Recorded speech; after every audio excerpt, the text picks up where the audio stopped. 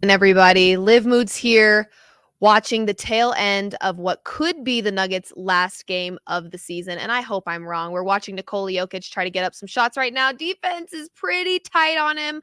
87-82 with 3:46 left. I'm going to be honest with you right now. I'm not feeling great. I'm going to pop over to Twitter really quick, let everybody know we're live, retweet the link. You know the deal. If you're already here and you're tuning in,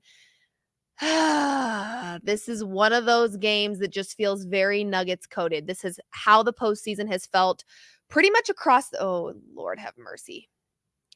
89-82, 3:23 left. And it feels like the Timberwolves have sucked every ounce of energy and momentum out of Ball Arena and put it in their favor. Third quarter, that's a steal. Yeah, my friends, I'm going to tell you right now, it's feeling pretty over. It's now a 10-point game with 3 minutes left. Okay, so we're going to keep this as positive as we possibly can. But as of now, I think you know, I think I know, I think we all know that this is feeling like it's pretty over. And I don't mean to be a Debbie Downer, but 10 points, 3 minutes left. And what we're seeing right now is the Timberwolves just absolutely dominating. We're seeing Rudy Gobert make more Jokic shots than Jokic himself. The defense has been all over Jokic. MPJ has been slow, non-existent. What we saw from Jamal Murray was kind of Jamal Murray coded for what the postgame has looked like from him across the board, which is very inconsistent. He had 24 points at halftime, which would make you think he was going to continue to dominate in the second half, and we didn't see that. What we saw was a really dominant first half by Jamal Murray, and then we saw his shots go cold, which feels, again, like a very normal thing for him this postseason. You don't really know if you can trust Jamal Murray until it's, a buzzer beater that makes everybody forget how inconsistent he's really been. And again, 24 points in the first half is exceptional. But when he is your offense for the whole first half, just about, and then his shots stop falling, you're kind of running into some trouble, which is exactly what the Nuggets are facing right now. Little box score update. I'm pretty sure Jamal 33 points. He's having an exceptional game. But my point is, you have Aaron Gordon with 4. You've got MPJ with only 7. You've got KCP with 5. Mind you, the starters have played just about the entire game. 39 minutes for AG, 32 for MPJ, 44 for Jokic, 39 for Jamal Murray, and 37 for KCP. We haven't really seen the starters get much rest in this game. But when Jamal Murray is practically your entire half, I believe it was they scored 24 in the first quarter, 29 in the second quarter. So what is that? 53 points? Am I doing that math right? 53 points. And 24 of those were Jamal Murray. You don't really have a lot of help. Nobody else is really producing offensively in the first half. And then he goes cold. To put things in perspective, like I said, 24 points in the first half, only 33 right now, and the game is almost over. So a pretty big difference in his production in the second half. Third quarter was the quarter that I worried about. And interestingly enough, with this Denver Nuggets team, what we've seen is a lot of flip-floppy weirdness. Let me explain. In the Lakers series, what we saw from them is really bad first halves, and then they came out and the third quarter was theirs. That was the quarter that they reminded everybody who they were. They got back in the game. They closed that 20-point deficit, 12-point deficit, 15-point deficit, got back in the game, and ultimately won a lot of those games. Now what we're seeing in this series is a really strong first half and then a really sloppy third quarter. They take their foot off the gas. They start playing with their food, and that's exactly what I was worried about in this particular game. They had a 15-point lead in the first half. One would assume, okay, they've got the momentum. They're at home. This is a game 7. Jamal Murray's got 24. He's hot. Jokic with a 3, in and out. One would assume, okay, they're looking pretty good. We're feeling pretty solid. The game is theirs. Obviously, if you're a Denver Nuggets fan and you've been watching the Denver Nuggets for some time now, you know you really never feel comfortable with any type of lead when it comes to this Nuggets team. Like I said, we are down by 10 right now. There is 2:24 left on the clock. It is over, my friends. And I'm pretty sure a 3. Nope, they didn't hit a 3. It's over. It's over. And I don't want to be Miss Negative. I don't want to be Miss Debbie Downer because I'm a born and raised Denver Nuggets fan. I've been a fan my entire life. I was a fan back when Carmelo Anthony had the braids and they were wearing baby blue, and I have loved this team for forever. funny enough, one of my favorite players growing up was Earl Boykins because he was small but mighty, and I just thought it was so cool that this little tiny guy could play in the NBA. For whatever reason, he was one of my favorites. Birdman, another one of my favorites. So I have grown up watching this Nuggets team. Obviously, this is by far one of the most talented rosters that we have seen through this Denver Nuggets team. They've had a lot of talented rosters. I think what they were missing was maybe some coaching. Not that the coaching wasn't great in the past, but maybe the coaches and the players didn't always see eye to eye. We know that George Karl has had some players come out and talk about how they didn't always agree with what he did, yada, yada, yada. Maybe the culture was missing. What we've seen with this Denver Nuggets team is their culture has been exceptional. It's one of the many reasons that they won a championship last year. What I think happened in this one, in this postseason specifically, is one, the talent got a whole lot better in the Western Conference. We've seen that. We saw the Mavericks just take down OKC. OKC was the number 1 seed in the West. A lot of young talent there. We've seen the West just get tougher and tougher. And what I think we saw from this Nuggets team from the very beginning of the postseason was complacency. I don't feel like they've had energy this entire postseason. I felt like they entered the Lakers series with a lot of lackadaisical, we're good, we're comfortable, and rightfully so. When you play the same team at that point, I think at the beginning of the postseason, it was 8 games. When you play a team that many times and you win consecutively that many times, I understand there's probably an aspect mentally where you're just not as locked in. You're not as focused. You're not taking it as seriously as you probably should. But what I think we did in the first series against the Lakers was we built bad habits. We were okay with Jamal Murray having really cold first halves and then figuring it out when he needed to. We were okay with his game being, hey, we've got him when we need him. But at the end of the day, there is so much inconsistency across the board from this Denver Nuggets team. And ultimately, the Timberwolves just have a lot of talent and fight, and they weren't going down without a fight. And I never thought that they were. I had Nuggets in 7. I switched up very quick after game 2 because they looked horrible. But what we're seeing from this Timberwolves team is just hunger and generational talent by Anthony Edwards, and it deserves all the praise in the world. I'm not going to sit here and mope for too long about the Denver Nuggets. We can talk a little bit about what we think we'll see in the Mavs Timberwolves series, what we think we might see in the finals. We know that the Pacers are taking on the Celtics. I think most can probably assume. Now, I have been wrong about the Celtics before. I would assume that the Celtics are headed to the finals. To me, the Celtics have had a cakewalk getting to the Eastern Conference Finals this year and may have a cakewalk getting to the finals as well, which ultimately may bite them in the butt. When you're not battle tested, I think it could work in your favor because you've got more energy, but it also could work against you when you've got a team like the Timberwolves that had to fight like hell in a series against the reigning champions, found a way, made the adjustments, and are ultimately going to win and head to the Western Conference Finals. So to me, the West is actually way more prepared to face any Eastern Conference team in the finals this year. I'm not sure how the Celtics are going to match up against either the Mavs or the Timberwolves. I have a feeling in my gut. I've said this from the very beginning of this series that whoever wins this series is winning it all. The Timberwolves, to me, have everything in their arsenal to win a championship this season. Anthony Edwards, like I said, generational talent, future face of the NBA. We also are seeing Rudy Gobert taking Jokic shots in this game. That's been great. Karl-Anthony Towns defensively and from the three-point line has been pretty dangerous in this postseason. So to me, this Timberwolves team has everything they need to have a successful postseason all the way through. I'm very excited to see what they do because I think they're a phenomenal team. And I would be a liar if I sat here and said I'm not excited for Anthony Edwards. I think he is an exceptional player, both on the court and off the court. I love the way he speaks about his own team. I love the way he speaks about the talent that he's up against. I'm very excited to see what the Timberwolves do. I think what I'm the most disappointed in terms of being a Denver Nuggets fan is it just felt like they weren't as mentally locked in as we saw them last season. Obviously, going back-to-back is exceptionally hard in this league. It's a star-driven league. There's a lot of talent. Minute 17 left. We are down by 8. I think it's over. Cue the funeral music. I wore black to the funeral.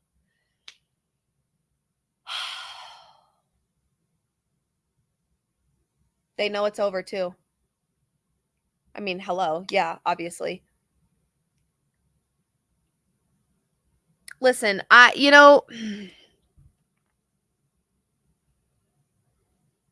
Anthony Edwards, man, he's good. He's good as hell. There's no, you can't argue with it. You could be a Denver Nuggets fan. You can be sad about what has happened. Hold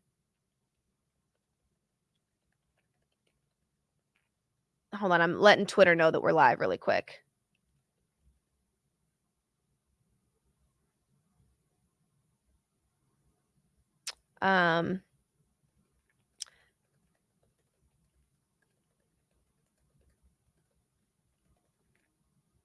Sorry guys. I struggle. I actually get told a lot. They're like, if there were like a bomb that were to go off around you when you're on your phone, you would never know it, because when I'm typing or I'm on my phone, I cannot focus on anything else. Like I said, I've got some people here. You guys are already popping on. I've got quite a few of you, actually, 1,400 people already joining. At the end of the day, we will talk about the Nuggets as we get more people in here as the game closes. Obviously, you never want to say it's over before it's over, but it's pretty much feeling like it's over at this point. Okay, there we go, Jokic. Minute left. It's just not feeling like it's going to be... It's a 5-point game. We could not close that 5-point gap. It felt like it was... Every time I would go to refresh the score or watch the screen, it was like that 5-point. That was like our death sentence. We could not find a way to close that gap. And honestly, the third quarter killed us. It killed us. Yeah, it's over. It's over, folks. I think we already knew that, but I'm just letting you know it's officially over. Okay. KCP with a 3. No good. 30 seconds left. It's a wrap. Congratulations to the Minnesota Timberwolves. Here's the deal. We're going to talk about the Nuggets and what we saw across this postseason, specifically what we saw in this series. But we're also going to sit here and we are going to congratulate the Timberwolves. If you're a Nuggets fan and you don't want to sit and you don't want to talk about the Nuggets or the Timberwolves and what they've done in this postseason and what I think that they'll do in the remainder of this postseason, then maybe this isn't the show for you. But I think it is worth giving some major kudos to this Timberwolves team. We knew, if you watched last year, you and I both know that the series between the Nuggets and the Timberwolves felt like it was the most competitive.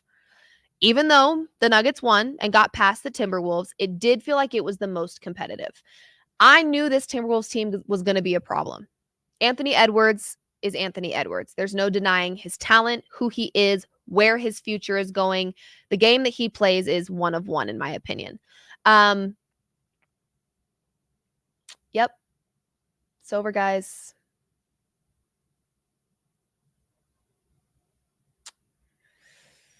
Oh, it's over. Jeff, coming from Twitter, said, "You clown." Hey, Jeff, can you elaborate on that a little bit?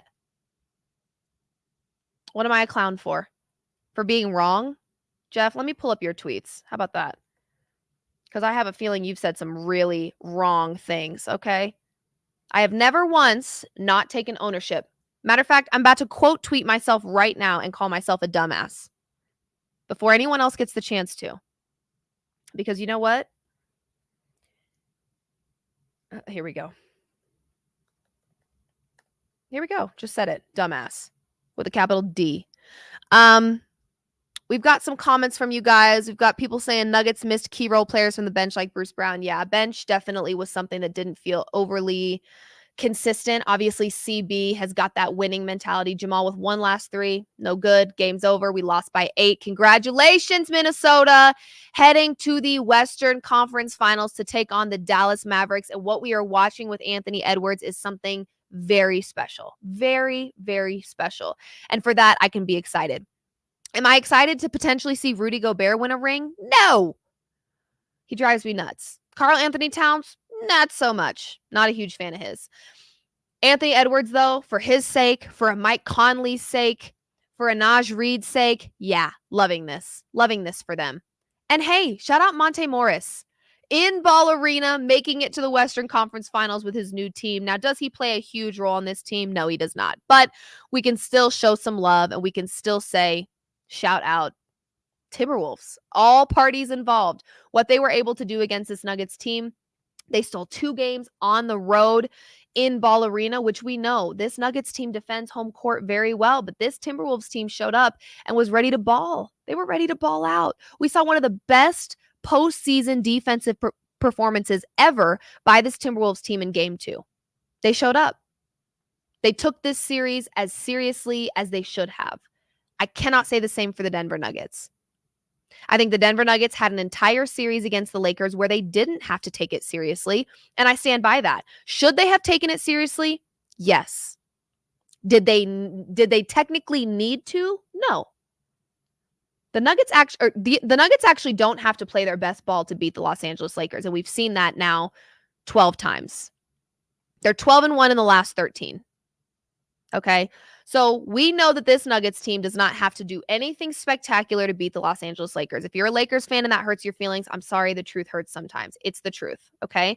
So what I think we saw in the Lakers series was some comfortability by the Nuggets, and maybe rightfully so. But what I worried about in that series was that we were building bad habits, because I knew, whether it be the Timberwolves or the Suns, to be honest with you, the same bad habits that you're allowed to get away with against the Lakers and still get by with a dub are not the same bad habits that you can have against the Timberwolves and expect to win. You just can't. It's not going to happen. So I worried about that lackadaisical, non-urgent type of, no way you're talking about the Lakers right now. I sure am, Lake Show 24. I sure am. We're talking about the Nuggets as a whole. If you guys forgot, they played the Lakers.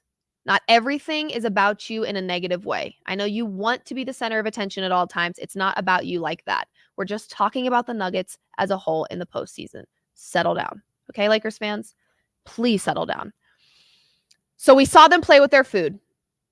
We saw them play comfortable basketball. Then what I think happened is mentally they weren't able to snap back to the mentality that we saw them play last season with, which was we're constantly underestimated. The media doesn't care about us. Nobody thinks we can do it. That was their edge. We know Jamal Murray loves to be the villain. Jamal Murray loves to be underestimated. That's when he shines, okay?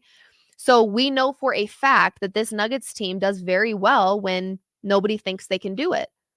Now, to be the reigning champions, there's already kind of that assumption that you have what it takes to do it again. When you've got Nikola Jokic on the floor, 3-time MVP, when you've got a Jamal Murray with those game-winning shots that kind of reminded everybody how clutch he can be, when you've got an MPJ who was very consistent across the Lakers series, you kind of have that feeling that, okay, they've got every piece in the puzzle. Even in the regular season, I think a lot of people watched this Nuggets team and believed they could do it again. But what I think we watched is a very different mindset in round 1 that they weren't able to snap out of in round 2. Now, backs against the wall when they go on the road and we see them finally playing Denver Nuggets basketball, finally playing 4 quarters of basketball, which we saw in game 3. Okay, we're seeing them kind of get into that mentality, kind of get into that rhythm. Well, then they win 3 in a row and we're back to that comfortable mindset, thinking that the talent we have, being the best starting 5 in the league, will just work for us. It'll just happen. We'll be okay. Problem is, you've got a team like the Timberwolves who is exceptionally talented, and there's not a whole lot you can do about that if you're not completely locked into what's going on. This is the end of this starting 5. I fear this. I fear this. I'll tell you one thing first and foremost. We have got to get a backup big that can be efficient offensively behind Nikola Jokic. Nikola Jokic tonight played how many minutes? 47 minutes of basketball. 47 minutes of basketball. That's a lot. It's a lot of basketball. Next behind him was Jamal Murray at 43, and that's because, he had 24 points in the first half, so why would you pull him? He was on a roll. There was no sense in taking him out of the game. We've got to get a backup big. I love DeAndre Jordan, but he's not the answer. He's just not. So that's got to be a priority. Now, who do you give up? I fear it's KCP, but I don't want that. I think having that veteran status that can come in really clutch from the three-point line and defensively makes an impact almost every game. I don't want to lose KCP, but I fear that might be happening. So what do you do? What do you do to get a backup big behind Nikola Jokic? What do you do to improve this bench? Because no offense, Justin Holiday for the first, 4 games of this series had the best plus minus, was looking really solid. That corner 3 was poetry. And we stopped seeing him. We saw Coach Malone, playing CB a whole lot more because CB's got that energy. He brings it right off the bench defensively and offensively. Played 20 minutes in this game. But our bench is not to be trusted. And that's a fact. So what do you do to get Jokic some help? Oh, Luis. I'm sorry. I'm not sure how to pronounce it, but I can't even think straight right now. You're right. I got to tell you, I think the most frustrating thing about this postseason run by the Denver Nuggets is how emotionally distressed I was. I've had a few boyfriends in my day. I've had a few partners. I've had a few toxic relationships. I've had some healthy relationships. I have never met a man that plays with my emotions more than Jamal Murray. What's going on? 24 points in the first half, yet over the last 3 games, he averaged 4? I mean, what are we doing? And then, ends with 35, hoorah, but that's only 11 points across 2 quarters when you had over half of our offense going into halftime. I mean, name a man that plays with my emotions more than Jamal Murray. You can't. It's him. Yeah. Okay. So that's a wrap on the Denver Nuggets season.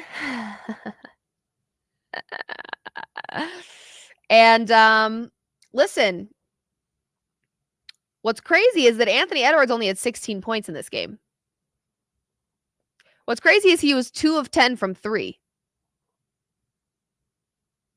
What's crazy is it didn't matter. McDaniels had 23. Cat had 23. Rudy Gobert had 13, making Jokic shots better than Jokic in this game. Huh? Well, forgive me for saying that the offense looks better without him, because tonight it did not. So there we go. So listen, guys, I see a couple of the comments and everyone keeps talking about Jamal Murray's calf. Quite frankly, I don't care. I know that maybe makes me sound like a big old jerk of a Denver Nuggets fan. Do I care that he's got an injury? Of course.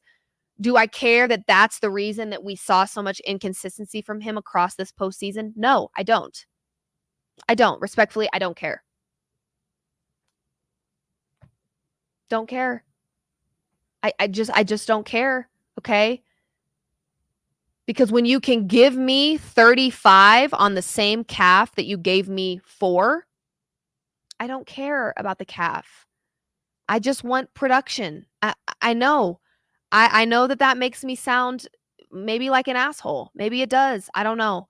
I don't care, because to me, I've always felt this way. If you are hurt and you make the decision to play, you're playing. I don't want to speak of this injury again. Now, is it a flex to be able to put 32 on the Lakers' head with a leg that was wrapped up during warmups? Of course. But then we can't turn around and say when he's 2 of 18 or 3 of 18 from the field and say, well, his calf is messed up. It sure didn't look messed up last game. It sure didn't look messed up tonight. So again, I don't like doing that. I don't like doing the injury thing, and maybe that makes me, I'm sorry. I don't want to sound like an asshole and make it seem like I don't care that he's injured. Of course I care. I don't want any of these players to be injured on the Timberwolves or on the Nuggets. because we know how that goes. The second a Timberwolves player would have been injured, it would have been, oh, well, if the Nuggets win, it doesn't count. I don't want to see anyone injured. I want the Nuggets to win fair and square, and I want the Timberwolves to win fair and square. But we can't sit here and say, well, if Murray were healthy, we would have won. We don't know that. We actually don't know that. And we also know that Murray just is habitually injured. So if we use that as an excuse every time he's got a bad game, well, it's just not going to work. So you're not going to see me talk about his calf one time on this show aside from addressing these comments right now, because to me, I don't think that's fair. If he was good enough to suit up and start and play 43 minutes of basketball, then we don't get to talk about him being injured. We just don't. At the end of the day, Murray had a great game. He had 35 points. He was 4 of 12 from 3. He had a great game. Where I struggle is that we didn't know from game to game what Murray's role was going to be, because he did have games where he had a scoreless first half. He did have games where he was 3 of 18 from the field. So how do you gel an offense? How do you get an Aaron Gordon consistently involved when in this game, in the first half, he didn't really need to be involved? Murray was making every shot he took. Then come third quarter, we've got a Murray that goes a little bit cold again. Now you got to ask AG, KCP, MPJ, come on, we need you to hit some shots. Well, I mean, emotional roller coaster across the board. Watching Jamal Murray this year has felt like the largest emotional roller coaster of my life. Do I think that Jamal Murray is an exceptionally talented basketball player? Yeah, duh. I do. But I think part of winning a championship is being consistent. And the Nuggets were far from that this year. So, what's hard as a Nuggets fan is that we watched them in their moment, game 3, 4, 5, going, okay, they're back. Just for then game 6 and game 7. I mean, game 6, you guys, I was hoping that was on purpose. Like, what in God's grit? How on earth do you beat a team 3 times in a row, convincingly, looking the best you've looked all postseason, and then enter game 6 and play that bad? I mean, across this series, the highs were high and the lows were low. It felt like every win by either team, and I know it wasn't this way on paper technically, but how it felt was that every win by either the Timberwolves or the Nuggets was an absolute blowout, which it makes it interesting that it went all the way to game 7, because every game felt like if the Nuggets were winning, they were winning well and comfortably. Same with the Timberwolves. So the fact that we got 7 games out of this series still blows my mind. MPJ was such a disappointment. Here's what I'm going to tell you. I felt like in this series, the Timberwolves defense had an answer for MPJ. That being said, I think MPJ is way too talented in a game 7 to have 7 points. My expectations are higher for MPJ. Especially, again, this is where I talk about the inconsistencies. Jamal and MPJ switched roles, because in the Lakers series, MPJ by far was the most consistent offensive player. By far. Every game he was showing up and doing his job. And it kind of went untalked about because we had the Jamal Murray buzzer beaters. We had the Jamal Murray heat pack incident in, once the Timberwolves series started. We were kind of not talking about what MPJ was doing well because he was consistently doing it well. But then when he goes ghost mode, it becomes a problem. I think what makes this starting 5 so dangerous for this Denver Nuggets team is that they're all capable of producing offensively. But we've talked about it right here in this studio on Hoops Your Daddy before many times when we've said it's all right for KCP to miss his threes and to focus on a defensive game. That's okay. But who did I say was the X factor in this series? Who did I say? Drop it in the comments because you know it. You know the answer. Aaron Gordon, baby. I mean, talk about a confusing situation here.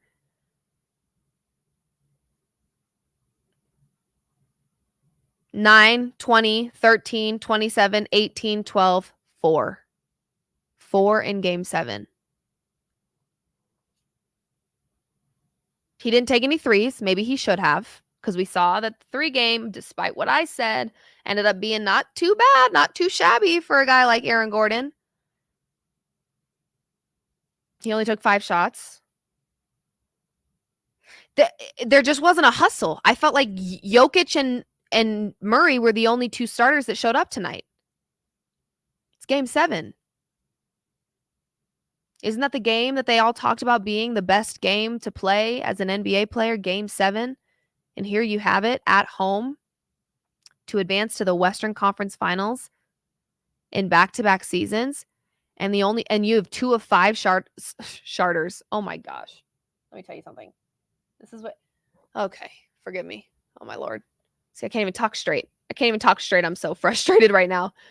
2 of 5 starters showing up in a game 7. 2 players showing up for game 7 against the team of Timberwolves where everybody showed up. Everybody showed up. That's right. Heartbreak collision, they all showed up.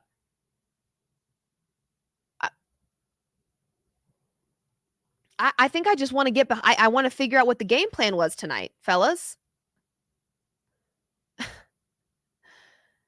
I think, again, what I'm going to say on this before we talk about the Western Conference Finals and the Eastern Conference Finals, because here's the deal.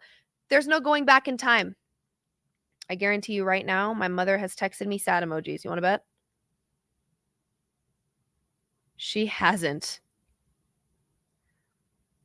Want to give a shout out really quick.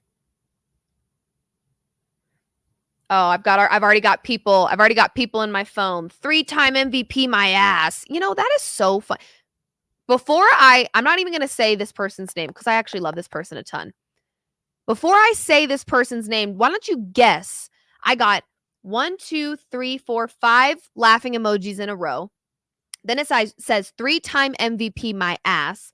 Then I got 6 laughing emojis in a row. What do you want to get? Guess what team this person roots for? Drop it. Drop it in the comments. What team do you think they support? Who's their favorite player in the league? Oh, this is too easy. It's too easy. It's too easy. Whose team is he a fan of? Boom. Lakers. You knew it. You knew it. I don't even have to tell you a thing about this person, and you knew it. This is why it's so easy, Lakers fans. It's so easy for me to clown your ass. It's so easy. I could do it with my eyes closed. I could do it blackout drunk on the streets of Denver. It is so easy. You make it so easy. 3-time MVP my ass. How's Cancun been? Shut up. Okay. I'm sorry. I'm better. Woo. Let me adjust my corset here. Whew.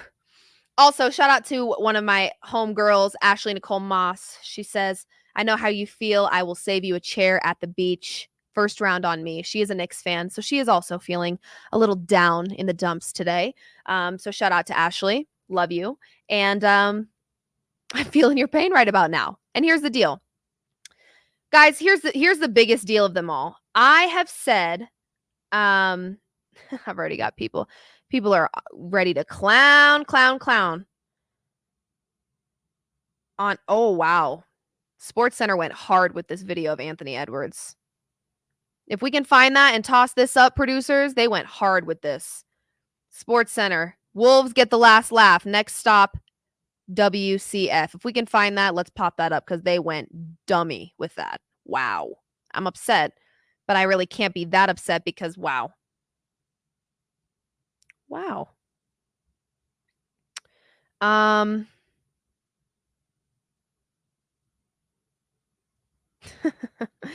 Oh, guys.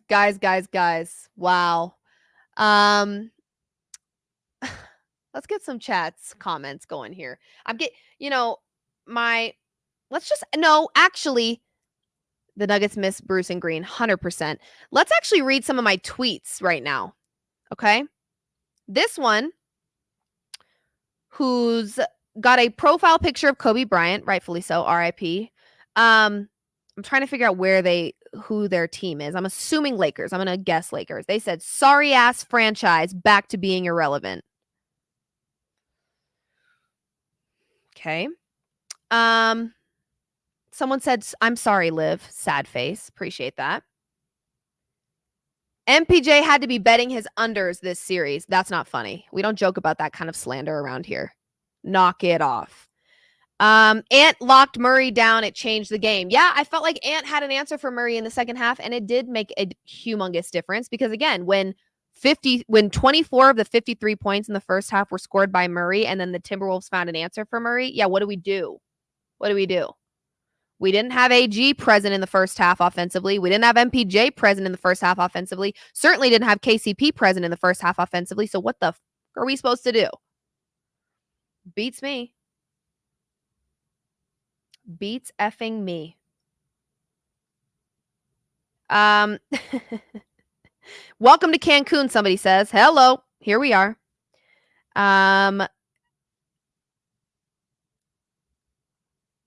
Nuggets Zaddy with the Anthony Edwards emoji. That's fair. I'll let you have that one. Let's see what else we've got in the Twitter comments. You guys, my Twitter blows up after every Nuggets game, and it is what it is. Somebody had the effing nerve. Somebody had the nerve, you guys. Somebody had the nerve to do this little GIF, whatever. Sit down. That man has been in Cancun for weeks. Sit down. What do you think you're doing with this? What? That's the thing. Oh my gosh. See, I could talk about this for an hour straight. That's the thing. Lakers fans hate when I keep their names in my mouth, but they're sending me LeBron videos when the Nuggets lose to a team that has nothing to do with LeBron. Don't act like you don't like being talked about. You're attention whores, every one of you, okay? Or you wouldn't be dropping this kind of shit in my mentions right now. Pipe down, okay? Pipe down. And if you just became a Los Angeles Timberwolves fan 2 weeks ago, relax, okay? This Timberwolves team doesn't give a rip about you right now, okay? Now, my mini fans through and through, talk your shit. Talk it all day long, baby. Talk it, okay? You would think Lakers fans would actually want the Nuggets to keep going because then it would make them look like a less shitty team, right? I mean, I've always been of the mind that whoever beats me, I hope you win it all. I hope you win it all. It'll make me feel a whole hell of a lot better that my team couldn't beat you if you go and win it all. Yet Lakers fans are like, nah, I got a good idea. Let's jump on the Timberwolves bandwagon. Stat. Pronto. And let's get in Liv's mentions with a LeBron video, even though LeBron's been on vacation for 2 weeks. LeBron had a bottle of wine courtside at a Knicks game. He does not give a rip about you, Los Angeles. Pipe down. It was a Cavs game, actually. But either way, courtside Cavs game, wine bottle. He doesn't give a crap about Los Angeles at the moment. So just let's reel it in, shall we? Somebody said, somebody check on Liv Moods. I'm here. I'm live. Guerilla Sports Studio, having a time. Do I wish I had an alcoholic beverage? Yeah, I do. That would definitely make this feel a little bit better, obviously. But I'm chilling. It's like when I went to the TCU football game. Yes, it is, Darth. Get rid of those skull emojis. It's not that deep, all right? I'll be all right. It's like when I went to the TCU championship game. If you know, you know. And everyone's tweeting at me at halftime. Because, by the way, after the first possession of that game, I knew where it was heading. The moment Georgia touched the football, I was like, yeah, so let's go get drunk. Because this is not going to end well, okay? So I already was prepared for doomsday at that TCU football game. If you know, you know. And I had all these people tweeting at me. By the way, guys, I like when you tweet at me. Just don't be upset if I come after you and we go back and forth for a hot minute. But I enjoy it. We're good. None of it actually hurts my feelings. I just like to call people out and, whatever. Doesn't matter. At the TCU game, okay? I knew it was bad. It felt like TCU, who had just had a dominant season, and they earned every right to be at that championship, so we're not going to even start there. Don't even go there. If Michigan wanted to be in that championship game so bad, they shouldn't have lost to TCU, period. Okay? That's how it works. I'm not sure if you know how college playoffs work, but that's how they work. Thank you. Moving on. So TCU had every right to be there. They had a dominant season. They looked great. Max Duggan, superstar. Love him. Oh my gosh. Okay? However, the second Georgia touched that football, I said, woo, yeah, nope. This is not going to go well. Not even close. And so I'm going to go get a little drunky right now. Okay. So I actually found my way into the suite level, which I had no business being there. I wasn't paying for a suite. Are you out of your mind? What kind of money do you think I make around here? Not happening. So I snuck in. And I've got all these people tweeting at me, checking on Liv Moods. You good? You good? Guys, I was elbow deep in some jalapeno nachos and drinking tequila sodas until my face hurt. I was fine. Just like right now, everyone says, check on Liv Moods. Are you good? I'm fine. Let me tell you something. I said this a week ago, not on the show, but in the family group chat, actually. I said, here's what I'm going to say. If I want this championship more than the Denver Nuggets, then I'm done. I'm done watching. I don't care. I don't want this more than they do. And honestly, across the board, I feel like their mental energy was just not in it. Full transparency, just not in it. Jokic's post game after getting whooped by 45. I know he did the whole standing for a whole fourth quarter, staring down the team. Ooh, I'm coming for you. But then post game to say, yeah, we got our asses kicked. What did he say? This was a good loss, or it's like, I'm okay with it or something. What? You're okay with getting absolutely demolished and embarrassed and humiliated as a reigning champion, 3-time MVP? You're just okay with it? No way, Jose. I am a full through and through defender of Nikola Jokic till the day I die, baby. Love the man. But if you're okay with an ass whooping, I'm talking bare bottom. I'm talking you're sitting in timeout. Mama just whooped you. You're in timeout. You're not coming out for an hour, and your cheek is still throbbing type of whooping. We saw it. Game 6. Flipping massacre. Okay? If you're okay with that, I'm good. Let the Timberwolves go and do what they do, okay? Because they are hungry for this. Anthony Edwards has something to prove right now. I said weeks ago that this Timberwolves team didn't really have anything to prove. I stand by that. They really, in comparison to the Nuggets, they really didn't. The Nuggets are the back-to-back champ, okay? Or back-to-back. Not anymore. They had the opportunity to be the back-to-back champ. They are the reigning champions with a 3-time MVP on their side, okay? A lot of eyeballs on them waiting for them to do what they do, okay? Because last year, many people thought the Nuggets were undeserving. So this was kind of their opportunity to seal the deal and shut up the haters. I felt they had more to prove than the Timberwolves, but now Anthony Edwards is like, I'm not just a good player, I'm the player, period. To be honest with you, I think I'm willing to sprinkle on Anthony Edwards as MVP next season, and I'm not kidding. So to me, getting demolished in a full-blown Game 6 massacre on the road is like, okay. Now I get it. Nikola Jokic has a lot of different post-game pressers. He has a lot of different things that he say that I think are very taken out of context in terms of his tone and or delivery. A lot of times I just think that I actually do believe this because I know somebody who is Romanian and his parents are full-blown Romanian.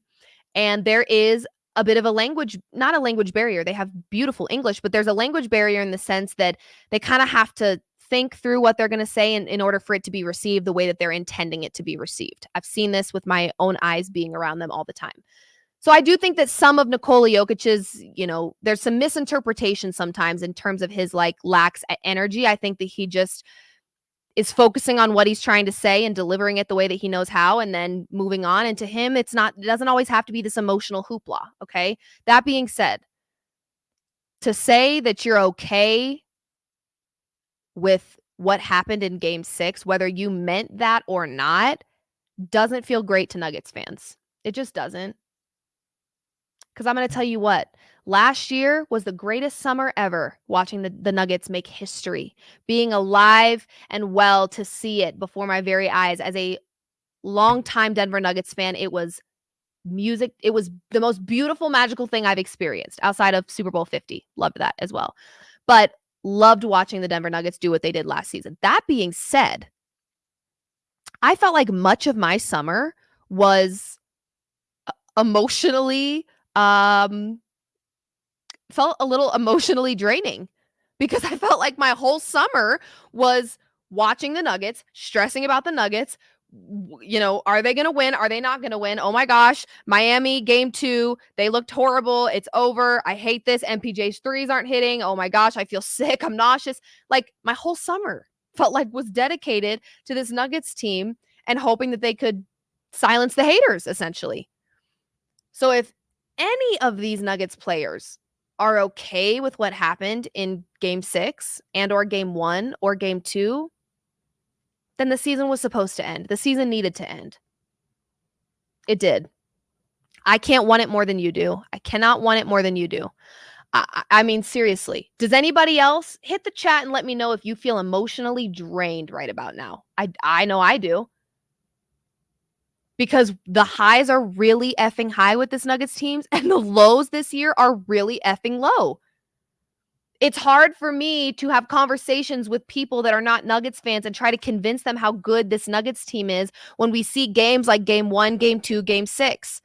It's hard for me to convince people that Jamal Murray is an underestimated, undervalued, underappreciated player in this league when one game he's got a scoreless first half, one game he's 3 of 18, and then another game he's got 35 points. He's got a game-winning buzzer beater shot.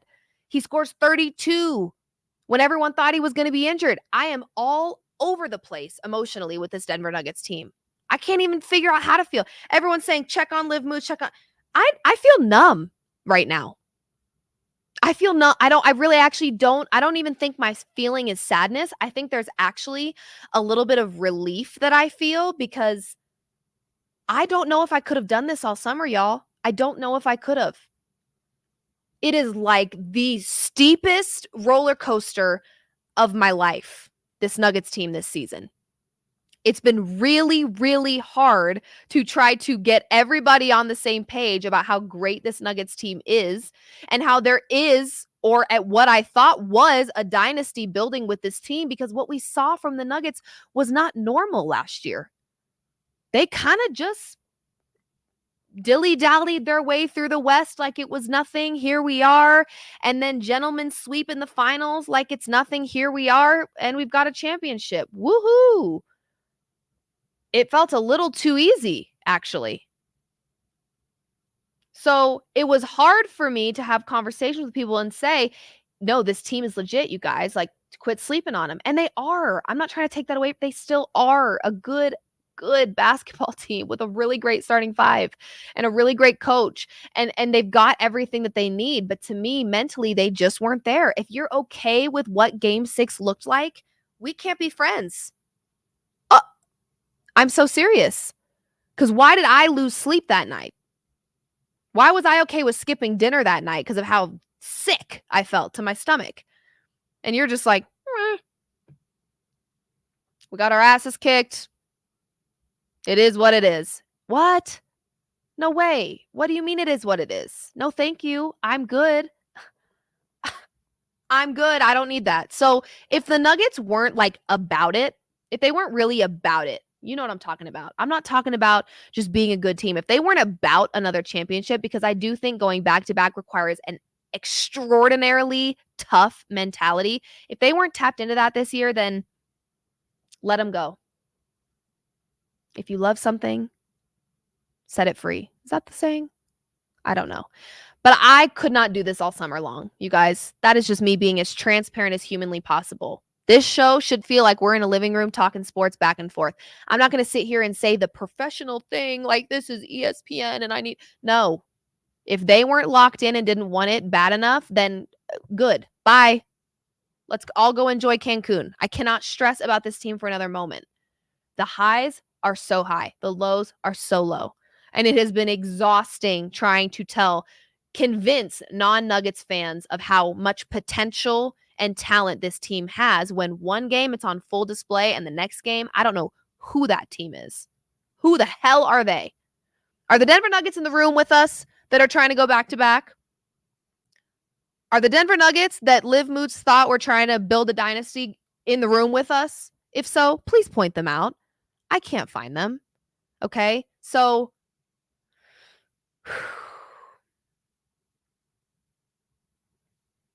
listen, here's the thing. Here we go. Truth Takes at truthtakes_ on Twitter responded to me calling myself a dumbass because I was. I said the Nuggets would win by 20 in this game.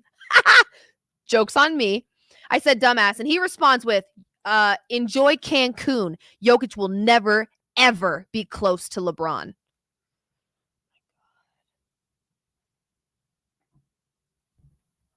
You see what I'm saying, folks? My tweet had nothing to do with LeBron James. Nothing. LeBron's on vacation. LeBron is sipping a bottle of wine watching the Cavs. I don't even know if LeBron cares about Los Angeles right now. And yet, these morons are in my mentions bringing up LeBron James every chance they get. It's obsession. It's stalker. It's weird. It's weird, okay? I didn't say a thing about LeBron in that tweet. What is your deal? Also, I don't know if I have to say this out loud. LeBron doesn't know you exist. Just like he doesn't give a shit what I have to say. And none of the Nuggets give a crap what I have to say. Maybe they do. Shout out Nuggets. Love you guys if you do. He doesn't know you. Why are you so obsessed with him? It's weird. If you have a crush on him, just type that. It's less characters. I love this man. More than my own family. Because that's kind of how you act, some of you. Someone responded to the dumbass tweet and said, finally, you tweet something people can agree with.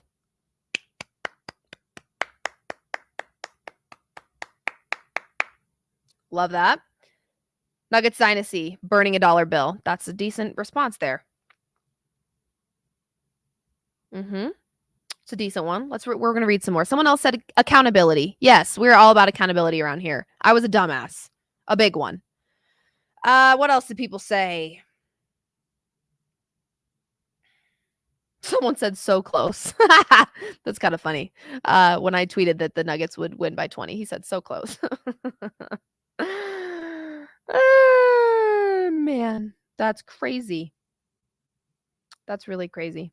So anyway, I'm sorry. I had to just vent about that because it blows my mind. Lakers fans don't want me to talk about LeBron or the Lakers because their feelings get hurt, and it hurts their feelings. So they want me to not talk about them. But then the moment they get a chance, they're texting me, they're tweeting me. I mean, goodness sakes. What in the world is going on here? Oh, this guy says, ha, ha, ha, ha, ha, ha, ha, ha. B word. He did four separate quote tweets. Okay. Hold that L, you silly cow. That's what somebody said. Okay. Well, at least he's creative. At least I'm a silly cow and not just like an ugly cow. You're finally correct. True. Twitter is such a funny place, really. I get a fair amount of trolling thrown my way, obviously, because I do a fair amount of crap talking. So rightfully so, like not mad about it. But it really is mind-blowing how butthurt people get over sports, or specifically over players that genuinely don't know they exist. Like, they don't know you. They probably never will, and I don't think they care about what you have to say. They don't care about you defending them with your entire life. They just don't. And a lot of people want to assume that I get butthurt. I really don't. If you've gotten the impression on that, besides the Lakers trolls, like that's not me getting butthurt. That's just me trying to. You love to exactly. That's me being an instigator, which I'm very good at. Yeah, I was called a silly cow on X. That is actually one of my best friends who lives in Austin, Texas. One of her favorite pastimes is to read the requests in my Instagram DMs. When I tell you that is the scariest place on earth, I mean it. It's either so overly offensive that like I don't even read it because it would like make me spiral because I'm still human at the end of the day, or it is so sick and twisted that I'm like, people like this actually exist. Like the FBI has tapped into everything. Why have they not been to this person's home and done a mental health check? Because there's no way people actually talk like this to people they've never met. It's true they do. It's true they do. Um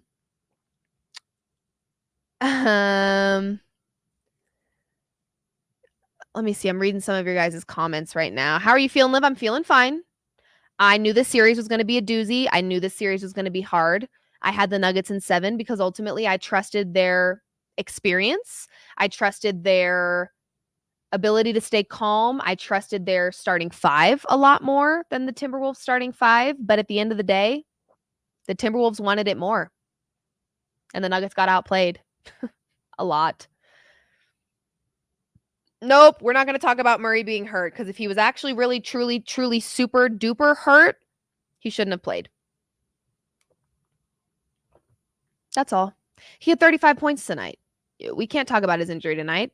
He was just fine. If his injury was ever bad enough to warrant a scoreless first half or a 3 of 18 offensive performance, he shouldn't have played, period. End of discussion. That's how I feel. So, I would like to talk to, not to, but I want to hear from Coach Malone.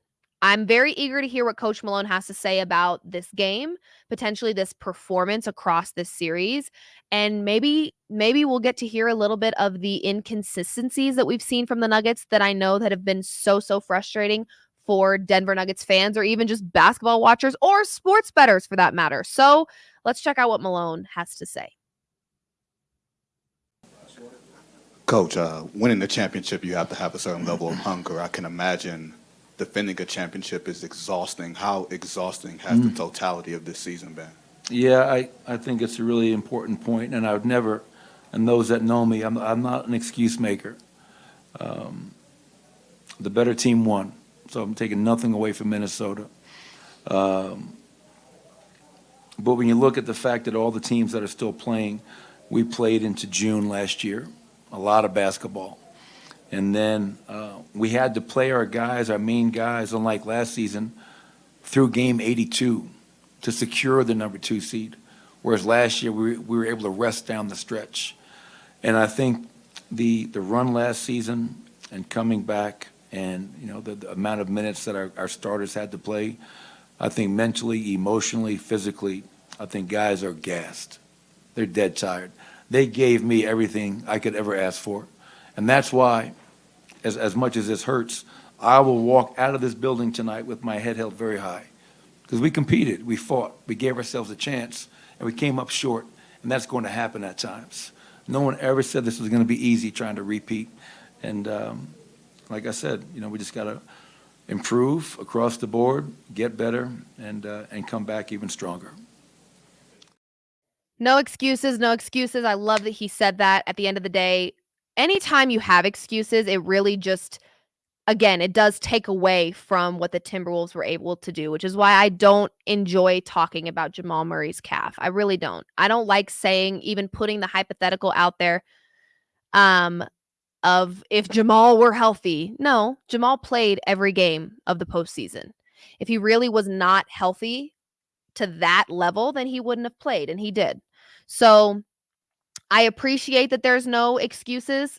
Yeah, that's the thing. Okay, it kind of reminds me of Shaq talking to Jokic, right? When he said, "Congratulations, but," and then Malone's like, "No excuses, but we did play through June." It's like no matter what, it's gonna sound like you're making an excuse when you're asked a question like that and you're giving a response. I think what he was trying to say is, "Hey, the better team won. However, I don't want my team to walk away from this feeling defeated. It's hard to do a repeat. It's hard to play through June and then to come back and try to do it again. It's hard. But at the end of the day, the better team won, period. And the Timberwolves are a team that I think is just bright future ahead. Not just for the Timberwolves, but even specifically Anthony Edwards, to me, we've talked about this, the future face of the NBA. I think that he has a lot of potential. He is extraordinarily talented. I think that he has this perfect balance of humble and cocky, of talk your shit, but follow it up. He has that perfect aura that I really wish I could copy and paste and put onto every single like player in the league, because he's got that hustle, he's got that energy, he plays aggressive, he's not about the theatrics and the soap opera BS. He just wants to play good ball, and he does. He can talk shit, but he can also back it up, and he hustles on both sides of the floor. I think Anthony Edwards is the future. I really do. And I think that a guy like a guy like Ja Morant was on that same path. I mean, again, we haven't heard much of Ja Morant because we know that he had some off-court issues, but more than that, he had an injury that he was dealing with, so we haven't seen him play in a while. All that to say, I think when we watched Ja Morant play, it was a similar feeling of, wow, the game is exciting. This is like nothing we've ever seen before. The high jumps really high, plays kind of a dangerous game sometimes, but it's so fun to watch. However, the difference between an Anthony Edwards and a Ja Morant is that Ja Morant doesn't have that perfect blend of humble and cocky. He has more cocky than humble. So when he says he's fine in the West and then he loses and gets eliminated, it's like, meh, lost respect. Anthony Edwards knows exactly how to play the media, how to speak about the teams he's facing, how to speak about other players, how to speak about himself and his teammates. He's just, to me, the perfect player. Maybe not stat-wise every single night. Again, Anthony Edwards didn't really have to do a whole lot tonight in order for this team to win. He really didn't. I mean, 16 points is not a horrible performance by any means, but 2 of 10 from 3. We've seen him have way stronger performances from the 3-point line and just offensively together. I think we saw him have a 44-point game in this series, if I'm not mistaken. So yeah, Anthony Edwards is a dog, but I think more than just the stats on paper, how he looks on paper. He is just a very fun player to watch, and I think that he's got everything figured out the way that it's supposed to. In just a little bit, we should be having BK joining us from Ball Arena. Matter of fact, I really quick, before we bring him on, am going to put back. This is what I do every time, you guys. I take out my IFB because it drives my ear insane. And then BK's ready to talk to us. So moral of the story is I should keep my IFB in at all times. They actually got me a different one, so it's been a little bit more comfortable, but I decided to just take it out because I was sick of it. But we've got BK live from Ball Arena to talk to us a little bit about that sad ending to the Denver Broncos series. BK, how are you feeling? I know you are live from Ball Arena. You were traveling throughout this series. I'm sure you're exhausted. What are your initial first takeaways from Game 7 and the end of the Nuggets season? Well, it's obviously disappointing when you're up 20 in the second half of a game and you have what I think is the worst loss, or rather the biggest comeback in a blown lead, I guess, in a Game 7 in a long time, if not ever. I guess the Cavs came back from 18 just a little while ago in round 1 against Orlando. But to be the defending champs, to be at home, up 20 in the third quarter. I know it was early in the third quarter. It was just under the 11-minute mark. And then to just kind of collapse and stop making shots, although they were never really making threes all night long. Very similar to Game 6. And Michael Malone was very frustrated early in his press conference. By the end, he had kind of calmed down and put into perspective how difficult it is to, having played so deep into June, and then to try to fight and claw all the way to the end. And they had to play their starters late, unlike a year ago where they were able to kind of coast to that number 1 seed to secure their best shot at home court advantage. Joker, Jamal, and company had to play all 82 games, and then he had to rely on them more. And so he said they're just gassed. He said he's not making excuses. They're just gassed. And so I was looking at flights to my hometown of Big D, and I was going to go see my cousin and another graduation party and all this. And I never actually pulled the trigger on flights for me or Jason, our great videographer here at Guerilla. and I never booked a hotel, and now the headache is not a non-issue. But it would have been a good problem to have, I guess, if the prices would have gone up, because that would have meant the Nuggets won. Yeah, no, I absolutely agree. We were talking a little bit before you hopped on about how emotionally draining last year felt, because like Coach Malone said, they play all the way through June. So you feel like you're kind of giving up these months of not just working, because we work in sports, but even as a Denver Nuggets fan, it feels very emotionally exhausting to ride alongside your team all the way through a championship, because it's not an easy run and it's not a quick one. Even though the Nuggets had one of the quicker ones in recent years in terms of winning a championship, they had a pretty easy, clear path getting there. But it did feel emotionally draining. And honestly, this series altogether has felt very emotionally draining. Do you think mentally, I know that we're talking about physical exhaustion here, but mentally, do you think there was some exhaustion as this Nuggets team entered Game 7 tonight? And did that play a factor in their physical game?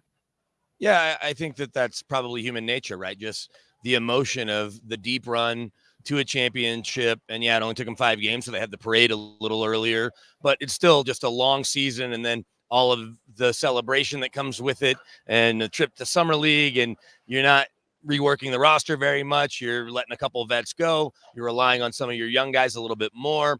You're adding end of the bench vets like Justin Holiday, but you think that guys like Zeke Naji are going to step up. You think that Peyton Watson's going to be big for you when you need him. And I'm not saying he won't get there. I'm simply saying that they didn't get enough from him. Christian Brown certainly showed flashes. And then across the board, and Jamal Murray talked about it, they just didn't make shots. We saw it in Game 6, and we saw it again tonight when you're 25% from 3. There was also a lack of a sense of urgency, even when the game was 5 points. You're like, well, they're still chasing. They need to, I think, force the issue a little more and get to the basket. 14 more free throws for Minnesota tonight, and I think part of that was that they were working inside. They don't necessarily have the shooters that Denver does, even if their numbers were about the same. So, but I do think just the mental fatigue of having to work to try to figure out a team that was built to beat you and has one of the best players on the planet, although they didn't even need that much from Anthony Edwards, because Karl Anthony Towns, did he have a career redefining game? Perhaps. If they go all the way to a championship, it'll certainly be because Cat is a big part of it, even if Anthony Edwards is the true alpha dog there. And then they also had just some prayers that were answered. The Rudy Gobert shot being, the one you're like, well, if that shot's going, this may just not be our night. So it's tough. It's been a tough weekend. No one's going to lose a lot of sleep for Josh and Stan Kroenke, but to have the Avs lose Friday, Josh flew to London in case Arsenal were able to pull off not only a win, but a Manchester City loss and win the Premier League, and then he doesn't even make it back in time. But the Nuggets season is done as well. The Rapids did get a win on Wednesday and a win on Saturday, so there's that. But obviously, so many Nuggets fans that are tuned into us right now are bummed because they thought, oh, now we've got a clear path to the finals. Dallas is going to have to come through here. We're going to win at home on Game 7, in Game 7, and that's why you fight for that home court as best you can. And then we'll see what happens in the finals, and now it's all for naught. Yeah, really quick, BK, before we let you go, because I'm sure you're trying to get some more sound and talk to some more players. And we're mostly just waiting for Joker at this point.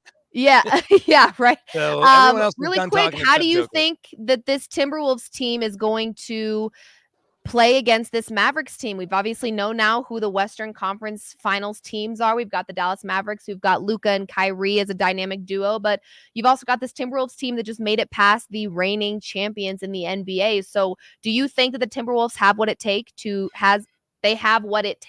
go to the finals this year? I do, absolutely. I think that the winner of this series probably is going to win the championship. We know that basketball is a crazy game, and lots of different outcomes could end up materializing. But Luka Doncic is going to have himself a heck of a series. He always does. Kyrie Irving, Jaden McDaniels can kind of only guard one of them. So who are they going to put on Luka? How are they going to mix and match and try to slow him down? You can't really put Mike Conley on Kyrie Irving too much because I feel like Kyrie will toast him. But so you'll probably see Jaden McDaniels on Kyrie a bunch. Now Minnesota has home court, though, because they obviously had the better record as the 3 seed, with Dallas being, I believe, the 5 seed. And so they're going to get to play games 1 and 2 Wednesday and Friday in Minnesota. But if Karl Anthony Towns plays the way he played, Rudy Gobert can go back to being a free safety because you're not worried about the Dallas big men hurting you as much as obviously Joker can, right? So I'll be surprised if Minnesota doesn't win, but I guess I won't be stunned. I think Minnesota will represent the West in the NBA Finals, and I think we'll see a parade in Minnesota, something they haven't had since 1991 when the Twins and Kirby Puckett won that second World Series. And having been there, a bunch over the last week and a half now, and knowing so many friends that live there, and my wife's company's headquartered there, so she has a million friends there, and they are thirsting for a championship. So I'm not trying to minimize what happened to the Nuggets, but Tim Conley, who's a great guy, I saw him pregame, I saw him after the game as well. He not only built the Nuggets, he has now reworked and helped build up this Timberwolves team, and might be looking at the championship ring that he didn't get a year ago, perhaps coming there to Minnesota. Yeah, no, you and I have talked quite a bit on our podcast, Hoops Your Daddy, that we do every single week. And hopefully we'll have another episode this week where you and I can break down a little bit more what we think is going to happen in the Eastern Conference Finals, the Western Conference Finals, who we have to win it all. You've got some people in the chat saying, BK, you the man. We've got some people talking about how much they love you. They're dropping red hearts. They're also talking about how they think that the Timberwolves should actually be favored to win it all. So BK and I will make sure we break all of this down on this week's Hoops Your Daddy episode. Even though the Nuggets are still not or are no longer playing, we will still continue to cover the NBA. Just maybe have a little bit more free time. I know BK has been super busy this series. So BK, go enjoy a little bit of that free time. We'll be back this week, you and I, hopefully in the studio alongside Shelby Harris, talking a little bit more about teams that aren't the Denver Nuggets. We might feel a little less stressed that way, but we'll keep on talking basketball with people. You've got some fans in the chat, so we're not going anywhere, you guys. We'll be here to cover all things NBA playoffs right here in the Guerilla Sports Studio with Hoops Your Daddy, BK, myself, Shelby Harris. BK, enjoy your night. Go Nuggets always, but we'll be back in the studio together to talk a little bit more about all things NBA soon. Sounds good. Sorry about your team, Liv, and all the great Nuggets fans that are out there, including all of my kids. And it's a bummer because like Joker, I wanted to stay on parade as well, and it's not going to come to pass. But great work by you and our whole Guerilla Sports team. We're just getting started here at Guerilla Sports, so I can't wait to see what this is gonna turn into, because we've got some big plans, and you're a big part of it. And everybody that's tuned in right now, can't wait to show them what we have in store. So thanks so much. Keep up the great work, and I bet you I still got about 15 or 20 minutes before Joker comes in to meet the media. All right, BK. Well, shout out to you. Thanks for gathering all things sound content for us across this postseason stretch of the Denver Nuggets. You are exceptional at what you do. Sports analyst at KOA in Denver, member of the Guerilla Sports family. We appreciate you always, and go get some rest, hopefully. All right, thanks, Liv. All right, you guys, BK is a rock star. He has been traveling to and from Minnesota. He's been here, he's been there, he's been everywhere, but he's been getting us sound, he's been getting us content.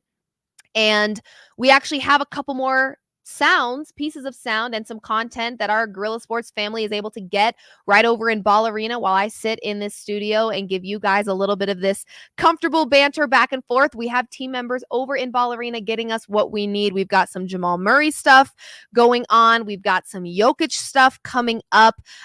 So I'm not sure which clip is ready just yet, but I do know that they are uploading.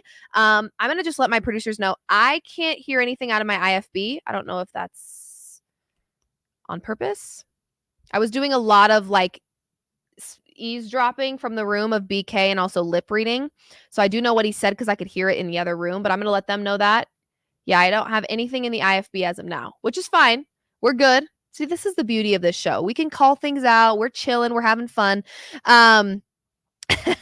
We're good, but we do have another clip here from Coach Malone. I'm not sure what angle he's going to take here. We just heard him speak before we spoke to BK. We heard Coach Malone say, no excuses, but here's maybe a little bit of an excuse. The Nuggets played through June last year. We're just tired. The better team won. It's hard to go back to back. All things we know to be true, but I'm eager to hear what he's got for us in this next clip. So let's hear what Coach Malone has to say now. Hopefully no more excuses. Let's check it out. Did you feel like there was anything that you guys got away from offensively in that stretch after you reached that point? I'll have to go back and watch the film. How hard is it just to absorb a loss like this after going ahead by 20? Next question, man. The season's over. That's what's hard. Fuck being up 20. The season's over. You don't understand that. The season's over. It's hard. Season's over. That's the truth. Here's the thing that's hard though. And I've always said this, you guys, I've always said that it would be really tough to take a loss and to be a good sport and to have to go answer questions, but that is a part of your job. I know I gave Anthony Davis and LeBron James a hard time about their reaction to a post-game interview question, whatever. There's obviously some frustration here. I think in the first clip that we saw from Coach Malone, he talked a lot about, I'm going to leave with my head held high. But at the end of the day, these are still humans. They're competitive. They want to win. Nobody likes to lose, especially at home. And this Nuggets team did not do a good job of defending home court in this series, which is something that they kind of were able to flex last year. They had a lot of really great games at home. They had a great home record. They defended home court really well, not just in the postseason last year, but also throughout the regular season as well. So I imagine that there are some frustrations. Coach Malone says next question. He just doesn't want to deal with it. He doesn't want to have it. The season's over. But also, there's a part of me that's like, hey, as fans, we kind of want to know what's going on in your head. We want to know what's going on with the team because we've been by your side now these past few weeks. And it's been a long, long road. 1-3 at home was not even a thought on my bingo card. I agree, Tyler. This is one of the better teams in terms of defending home court. And we just did not get that same thing this year. Shout out to you guys. We've got about 5,000 people watching right now, which is insane. Shout out to you if this is your first time joining, if this is your 5th time joining. I appreciate you guys for hanging out with us. We actually have a Jamal Murray clip now. Let's hear from the guy who had 24 points in the first half, ended with 35, but has been across the stretch of the postseason exceptionally inconsistent. I'm looking forward to hearing what he has to say following the end to the Nuggets season. Let's check it out. Jamal, sorry to look ahead so quickly, but I don't know if we'll hear from you again. You won't. Okay. Have the injuries you've dealt with over the course of this season impacted how you view the Olympics at all, or are you fully committed? No, I mean, I got rest now, so.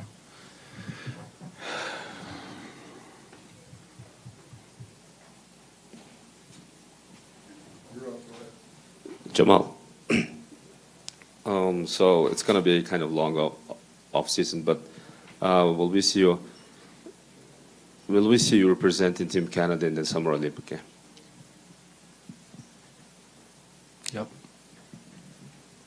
Jamal, coach said that he thought you guys could use this as motivation. That's one of the first things he said. So I guess how does that fuel your offseason? For sure. Yeah, man, it's back to being the hunter. It's back to being, fighting for something with a different type of edge. So I think we beat them. We beat them in the first round. I know that stuck for them because they're such a good team. So I know last year, beating them sucked for them, and they came in this year with motivation, and they showed it. I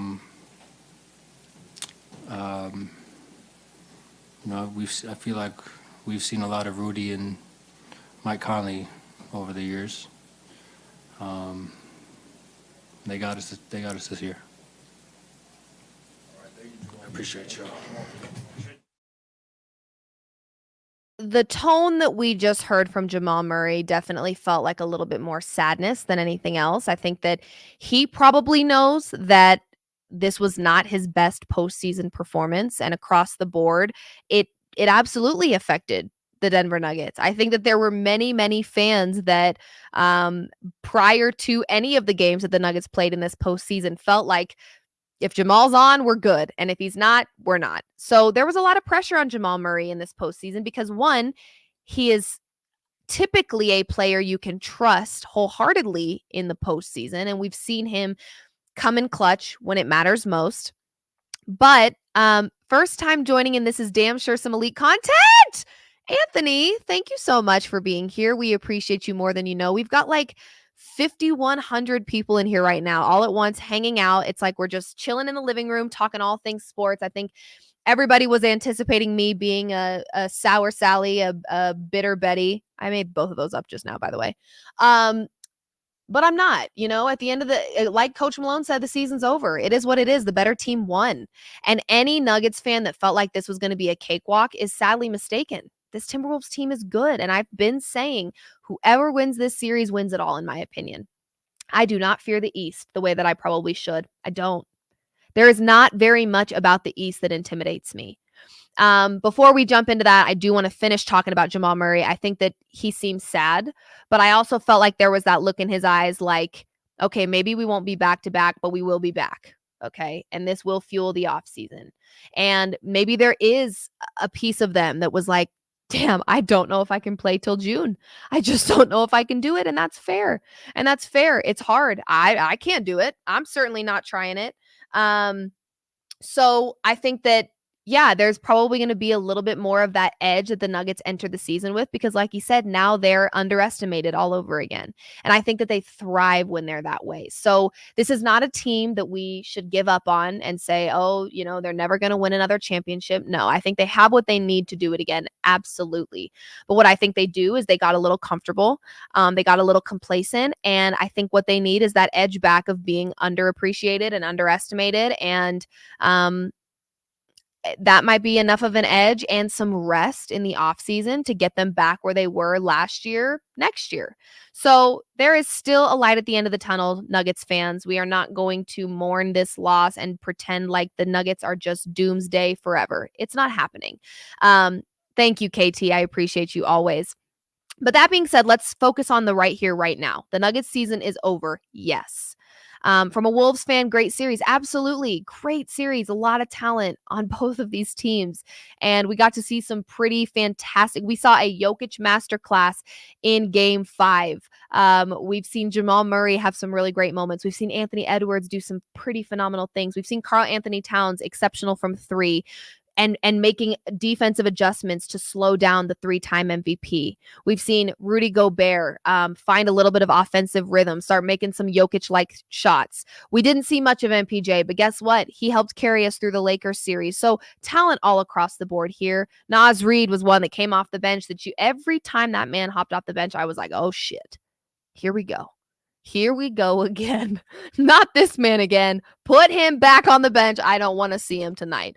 So talent all across the board. If they don't get another big and another guard, the Nuggets are stuck. Yeah. So from a guard perspective, I think CB obviously has a lot of potential. And I think that that's one that you can kind of start giving some more minutes to. We saw that in this year's postseason, and we saw that he really can make an impact on the floor. As for a backup big, it's mandatory for the Nuggets moving forward. Mandatory. And if I'm not mistaken, KCP is a free agent after this year. Correct me if I'm wrong, chat. But I believe he is, and I do fear we may lose KCP, which I think I would cry.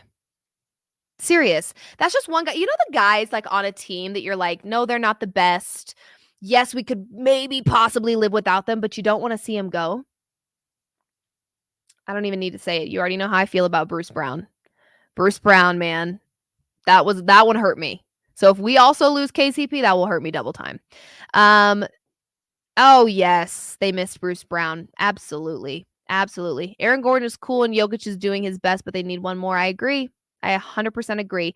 Yeah, missing Bruce Brown this year definitely showed in this postseason, for sure. I think our bench became an issue. Peyton Watson eventually ended up getting 0 minutes by the end of the postseason. We weren't using him at all. Justin Holiday there for a while, had the best plus minus in the series, and then kind of fell off, wasn't really producing offensively. That corner 3 he loves to hit at one point was poetry in motion, and then it kind of stopped. Reggie Jackson got a little bit better with quality over quantity, right? He was trying to do too much. And in turn, he was making a lot of mistakes and causing a lot of problems. We saw him get a little smarter with it, and then we lost that again. CB, to me, has been by far the best bench player in this postseason run. I think CB as a guard has a lot of potential. So I don't worry about the guard position as much as I worry about the backup big. Oh my gosh, it's mandatory. It's frickin' mandatory. So all that to say, let's go back to, I'm on Twitter right now. Let's go back to the Eastern Conference. I don't fear the Eastern Conference for the Mavs or the Timberwolves. I actually don't think that the Mavs would be able to win a championship this year. Forgive me for that. I think it's the Timberwolves to lose at this point. I think the Timberwolves will be just fine against the Mavs. If they were able to make defensive adjustments against the Nuggets like they were, they will do just fine against the Mavericks. I truly believe that. The Timberwolves, to me, will advance to the finals. as for the East, I think what's really going to hurt the Boston Celtics is that the Boston Celtics had a cakewalk in the Eastern Conference. Now, some may argue, well, that's actually a really good thing because they're going to have lots of energy. You might be right. But what I also worry about in that regard is that they're not battle tested at all. Okay, this Timberwolves team had to figure out how to not just make adjustments in a series, but to make adjustments mid-game. They took over quarter 3 in game 7 to ultimately win them this game. Nuggets up 15 at half with all the momentum. Jamal Murray with 24 points. They made a halftime adjustment to control Jamal Murray, and it was a wrap from then on out because the rest of our starters didn't show up. Nikola Jokic can only do so much when Karl Anthony Towns has also made adjustments to lock him up a little bit. So we didn't really have an option outside of Jamal Murray in this one, and once they found an answer for him, well, it was done. It was doomsday. So I think they will be able to make the same adjustments against a team like the Mavericks. And to be honest, the Celtics, to me, not being battle tested is going to bite them in the rear end. They have not been tested at all. At all. They faced a Heat team without Jimmy Butler. They faced a Cavs team without Donovan Mitchell. Was that all they played? Heat and Cavs, right? I think so. I don't keep up with the East because I actually don't care about them at all. I wasn't worried. Even if the Nuggets went back to the finals, I wasn't worried about facing any of these Eastern Conference teams. I really wasn't. We also know habitually the Celtics team knows how to choke. We've seen it before. I'm not making this up. You know, this is a thing. This is a thing they've done. So, yeah, I think that, you know, they've had a cakewalk. They've had a gentleman's sweep in both series. So, yes, they may be well rested, and that may be something that helps them out. But also, in addition to that, they haven't really faced a tough team. I would argue the Heat, who I already didn't really think was a tough team with Jimmy Butler this season. They didn't impress me the same way that they did last year. The Heat were without their best player. Now, let's also talk about what we saw, the evolution of a Rudy Gobert that we saw, an evolution of a Karl Anthony Towns that we saw across this series. There's a chance that the Celtics don't get KP back. He's still iffy for the start of round 3 from what I'm reading. So let's say he plays in round 3. Let's say he's not fully healthy for the finals. Celtics don't have an answer for Kat and Rudy at that point. Are you kidding? So, yeah, I'm not really worried about the East. No offense. And as much as I've loved watching the Pacers do what they do, I think if the Knicks hadn't been as banged up as they were, then I don't think that the Pacers would be facing the Celtics here. I think the Knicks probably would have been. And so that being said, I think that, yeah, there's not a whole lot of fear that I have for the Timberwolves in facing the Celtics. I don't really worry about it for them at all. I don't fear the East one bit. You know how Jamal Murray said we're fine in the West? I think the Timberwolves can say we're fine in the North, South, East, and West. Mark my words. That would go so hard. If he said that and won a championship, that would go so hard. I hope he's listening. And if you're listening, I don't even need credit for that one. Just take that and run with it because I do feel like it's your year. I really do. I think this is a smart basketball team. They're hungry for it. They've got the talent. They've got the bench. I'm not worried about the Timberwolves. I'm really not. Anthony Edwards is a generational talent, the future face of the NBA freaking A. He's fine in the North, South, East, and West.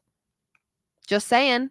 I really don't think that Boston is one to fear, and I don't think the Pacers are either. I don't think that that Boston's going to have an answer. Anthony, like you say, the Boston doesn't have an answer for Anthony Edwards. Are you kidding? And then you got a big shooting threes like Kat's been doing. Come on, Boston. What's your answer? You don't have one. You know those multiple choice questions where it says A, B, C, D, or none of the above? Yeah, it's none of the above, Boston. I don't know how you're going to do this. I think that the Timberwolves win it all. I still stand by the fact that the two best teams just finished playing basketball, the Nuggets and the Timberwolves. I believe that. I just think that shows just how great the Timberwolves are this year and just how not locked in the Nuggets were this year. But I don't fear the East, and I haven't all season. You guys can go back on all the shows we've done. I've said it time and time again. Whoever wins Timberwolves Nuggets series wins it all, and I don't fear the East. One bit. Not one bit. Not one bit do I fear them. It's been a cakewalk for Boston. Why? They've played injury-riddled teams. Not because they're great and they're balling on everybody. No, they've played teams that are missing their best players, period. Okay.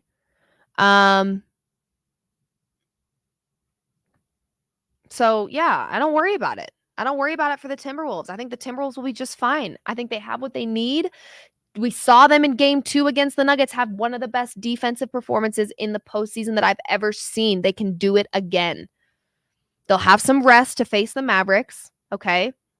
And I think the Mavs are one of those teams that have a lot of talent, but I'm not sure they really play like a team all the time.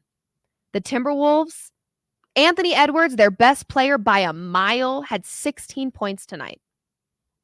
He didn't need to do what he needed. Like, he didn't need to have a 40-something point game this game, right? Because his team had his back and figured it out. Okay? So that's just it. That's just it. There was no reason for it. Ant is an all NBA level defender. Yeah. Both sides of the floor, he's a dog. Can't even fight. I can't. You know what? I want so badly to sit here and be angry.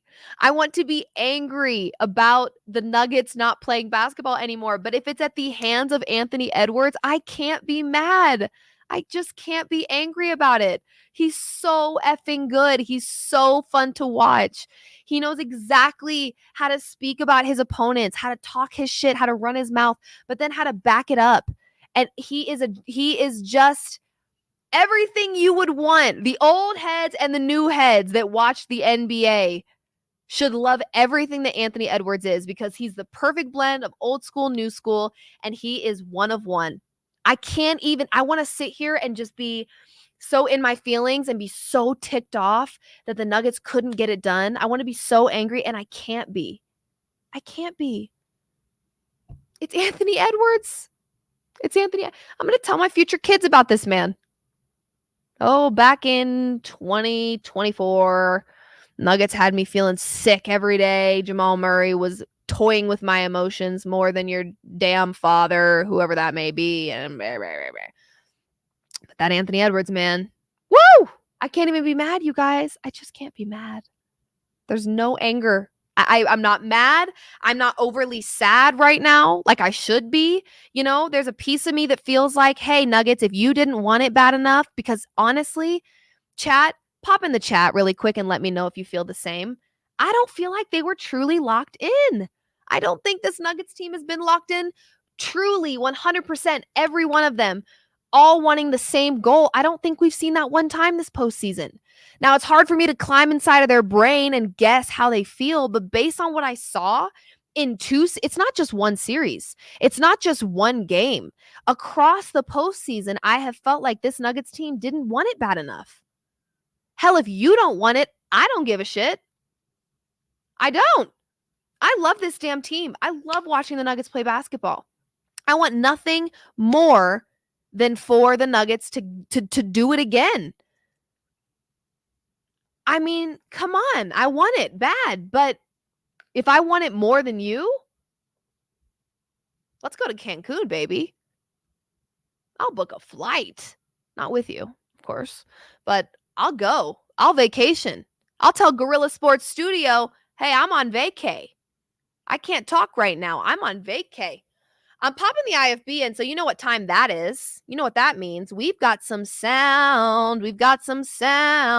We are going to hear from the one, the only MV3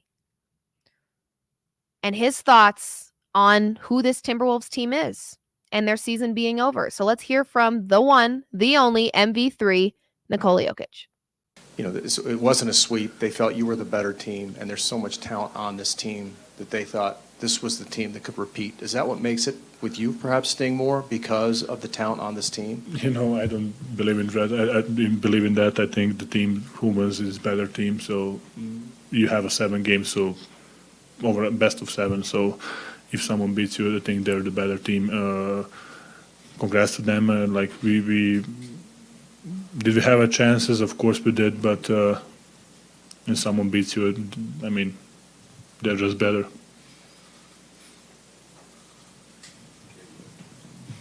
Nikola, what will it take for you guys to get back to winning a championship again? I mean, some teams never win a championship again, so I'm just glad that we had opportunity this year, and we were in the in the horse racing speech. We were in the microphone. You know, they were telling our names. So we will see. You know, getting better, personnel-wise, getting better. Team-wise, getting better coaching-wise, like you need to be, especially right now, how many talent in the league is. You just need to be basically perfect to win a championship. Spoken like a MV3 that is calling it like he sees it. Really, want to give a quick shout out. We've got 6,000 people right now tuning into this live. I say if we can get to 7K Guerilla Sports, I know I'm speaking on behalf of the company now, we should do some type of giveaway. So if you guys can head to the Twitter sphere, the X sphere, and maybe give this a little bit of a repost, we'll do some type of comment thing where we, ask you guys a question, whatever answer we like the best, however we want to play it out. We'll do a little giveaway action and get you guys involved. I appreciate you all for being here. Also, shout out to our sponsor, Landmark Lincoln. All of these Hoops Your Daddy episodes are presented by Landmark Lincoln, our very wonderful sponsor. Look at that damn ride. I need it now.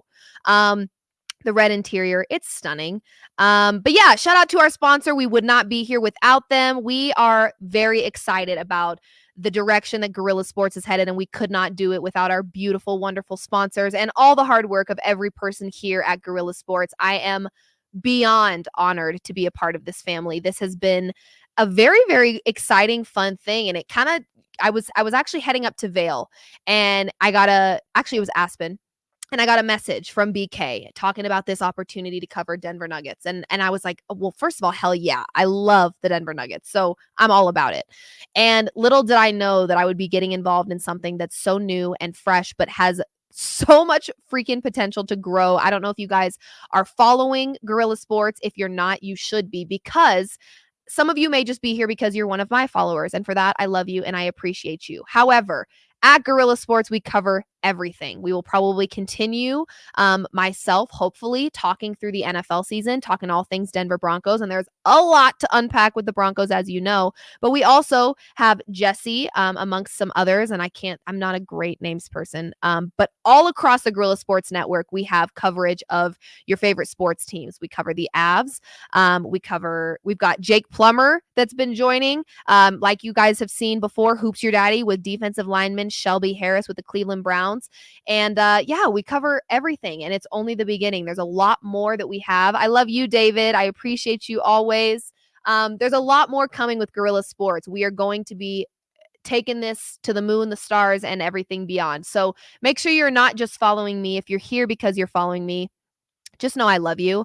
And I love when we talk shit. I love when we go back and forth. I love when you guys hold me accountable. I love when, I have really high highs because the Nuggets are on top, and I've got really low lows because they're losing and they're no longer playing basketball. So I'm glad you guys can be here for all of that. But again, couldn't be here without our sponsors and the hard work of every producer, every editor, every owner, every sponsor. It's a team effort around here, but there's so much more coming with Guerilla Sports. So if you're not following Guerilla Sports themselves, please do, because if you like hockey, I'm sure we'll get to the point where we're talking baseball, hockey, college sports. I mean, everything will be covered here in this beautiful studio. Our producers do a wonderful job of making this, look at this quality. Like it's great. We can get sound from Ball Arena. We've got people that travel to away games. We just had a bunch of our team members in Dallas for the Avs series, and also here for the Avs series. So we've got it all. Just know that we this is only the beginning. We have a lot more to offer you. So if we can get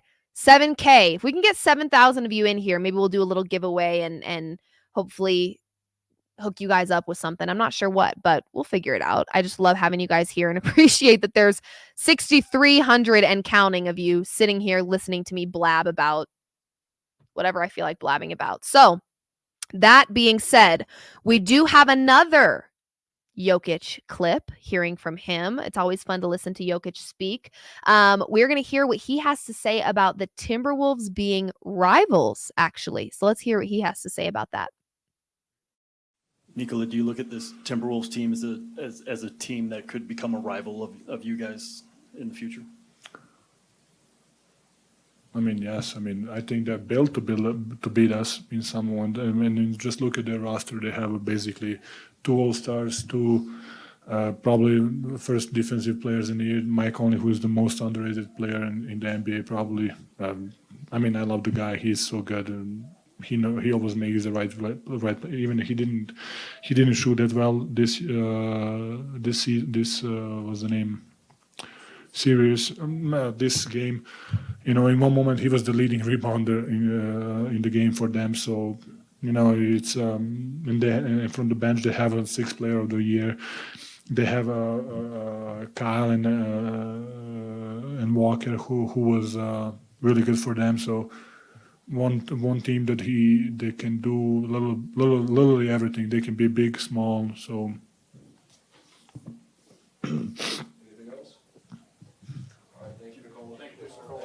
Pleasure like always, my friend.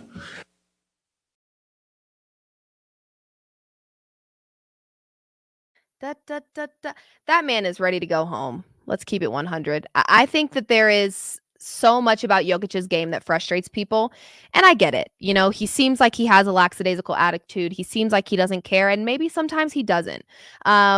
I can't speak for him. I don't know him on that level. I'm not around him outside of watching him play basketball, just like the rest of you.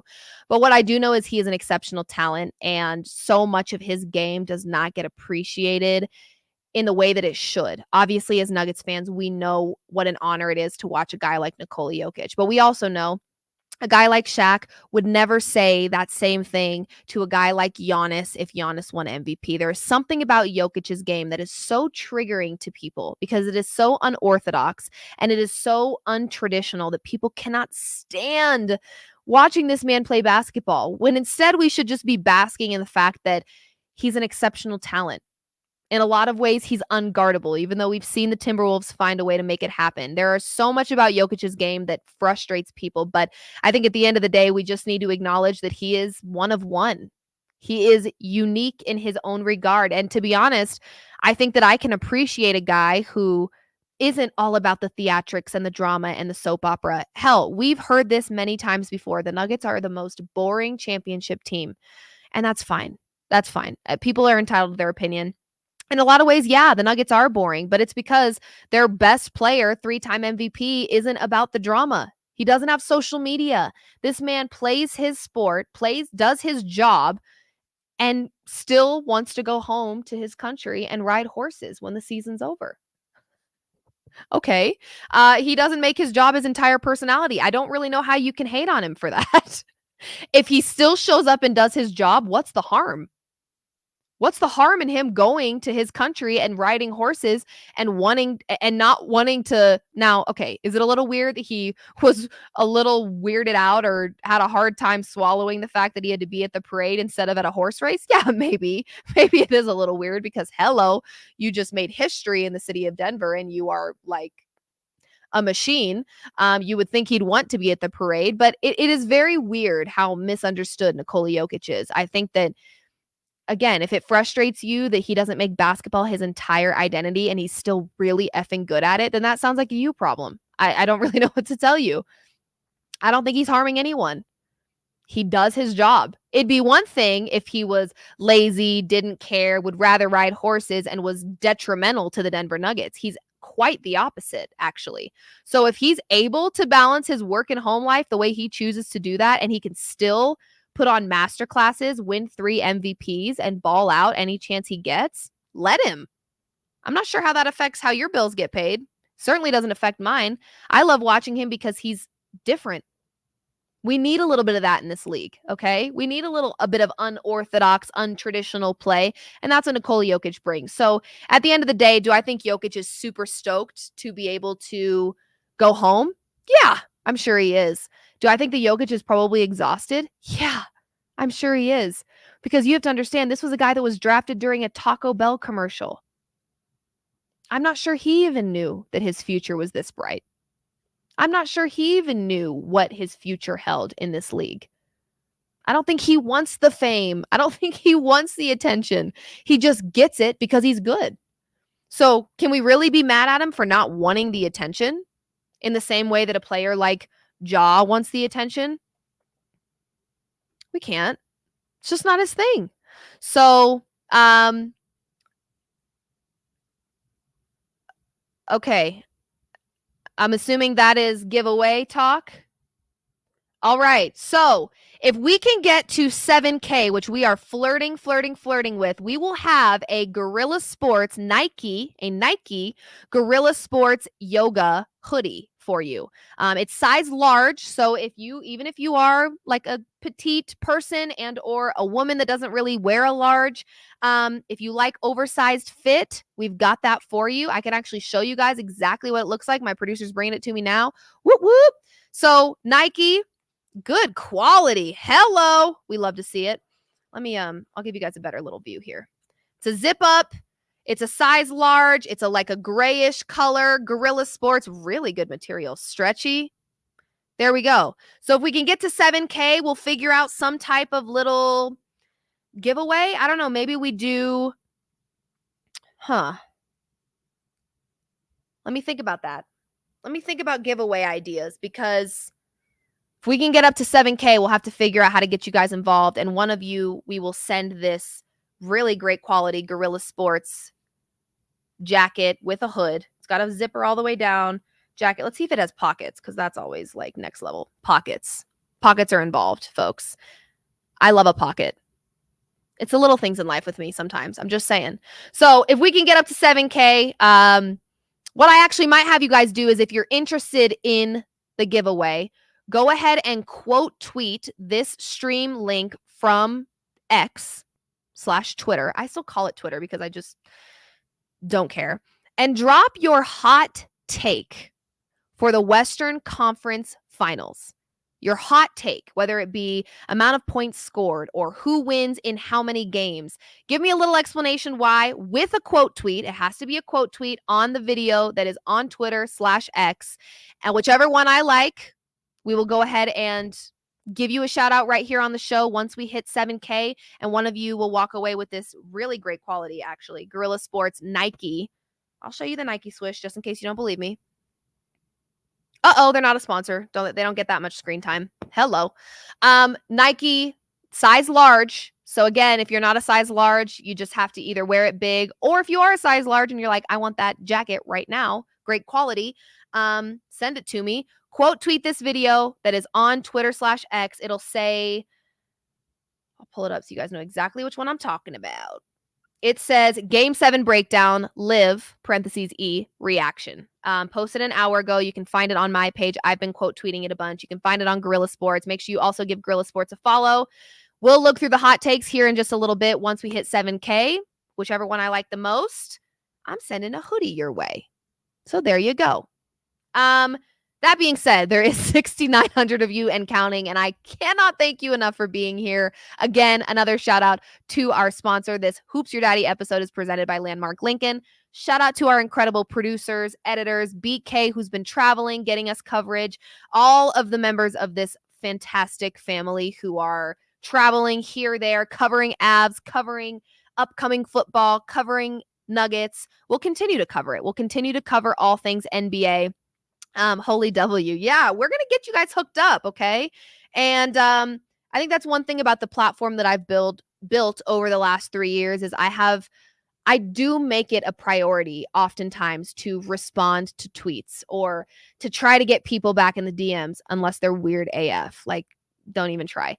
But I do try to interact with you guys because I appreciate you. And I do feel like some of you are my friends, which is crazy, I know, because we don't know each other, but that's kind of what COVID did. COVID like made relationships via virtual social media world feel just as genuine and real as a real one, because for a while that's all we had. So we're about 20 viewers away from hitting 7K.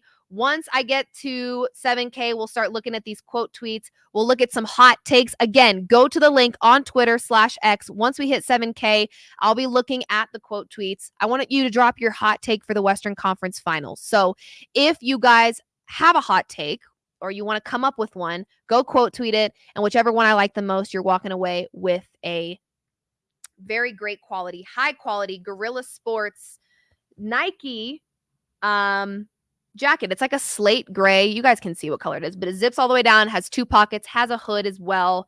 It's the dry fit yoga for Nike. And it's a size large. So if you don't wear a large, you may just have to just bear with us on that. But we do have that for you. So let's go ahead and look at some of these quotes. We hit 7K, 70-30. Insane, you guys, that there's 7,000 people sitting here right now hanging out. I've been blabbing for 2 hours and you guys are still here. So I love you for that. Let's go ahead. I'm going to give you guys some more time to go quote tweet. We've got a few there already. Let me see here really quick. And then we've got potentially some funny, from what I have heard from my producers, we have a funny little clip here from Anthony Edwards and Karl Anthony Towns from Twitter. I don't even know what this is. I have no idea what they're going to say. So I'm going to pop this in. I'm going to let you guys, while you're watching what they have to say, this funny little clip, go quote tweet the link of this show on Twitter with a hot take for the Western Conference Finals. One of you will walk away, whichever hot take I like best. You're walking away with a little Guerilla Sports merch. In the meantime, let's check out this funny little clip from Karl Anthony Towns and Anthony Edwards. Here it is. This is for either one of you guys. And usually in NBA history, it says you have to lose and lose big before you win. What is it about this team that says we lost last year? Yeah, but that's different. You have to lose at a bigger stage. Usually, teams usually. It's the playoffs. We lost last year. We lost the last 2 years. Shit. God damn. How much more we got to lose? Yeah, how much you want us to lose? Been losing for 20 years. I mean, that's just the truth, dog. God damn. What makes That's a good one. That is a good one. I mean, I think that, that reporter was trying to say, do you need to be humbled on a bigger stage? But I think that when you have that competitive drive, when you have that hunger to win, losing in the playoffs, it doesn't matter what round it was. It hurts all the same. When you're competitive and you want to win, you don't just want to win games. You want to win it all. And I think that is something that makes this Timberwolves team so special, is they're like, it doesn't matter what round it was. We lost. We've been losing. 20 years of losing. We're sick of losing. So love that clip. Let's read some of these hot takes so far. Figure out if we like any of them enough for a little giveaway. First one that we had was Dallas in 6. Luka is going to go off. Wow. Okay. Dallas in 6. That feels like it is a hot take a little bit, because I feel like this Timberwolves team is a little unstoppable at the moment. Anthony, that was from Trucker John _P. Anthony Beck says, my hot take for the Western Conference Finals, not only will Minnesota beat Dallas in 5 games, but Luka Doncic will struggle in this series. Got to tell you, now we're contradicting. We got 2 that are contradicting. So chat, let me know in the chat right here on YouTube and or on X if you agree with the takes or if you're like, what are they talking about? Michael agrees with Anthony and says, this is Michael Askew, aka Skew. Minnesota will win in 5. Gentlemen sweep. Matty Ice 8124. That's the name. The username is Matt Wilson 2124. Says 2 players who will have to put up 15 plus points per game for Mavs to win. PJ and Tim. I agree with that. I mean, again, it goes back to what I said. Dallas loses and Denver trades for Luka. Whoa! Hey now, Michael B. with the hot take in the chat. I do agree with the PJ and the Tim, because ultimately what I said was the Timberwolves' edge is that they play like a team. Luka and Kyrie cannot do it all. David agrees. I love Luka, but he will struggle. Okay, we're thinking Luka goes a little cold. Do we get a little Jamal Murray action from Luka Doncic here? Scared. Tyler Schwartz, who is a OG to the stream, shout out to you, Tyler, says Luka and Ant will each have a 50-point game in this series. I could see it. I could absolutely see it.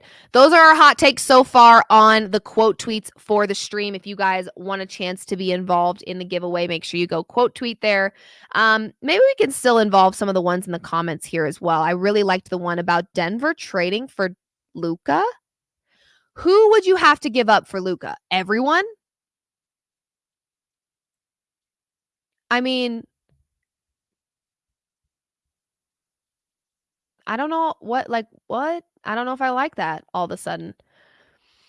You know how sometimes you just have too many cooks in the kitchen? I feel like that would be the case with Luka. I think they need a strong, Kendrick Perkins, shush!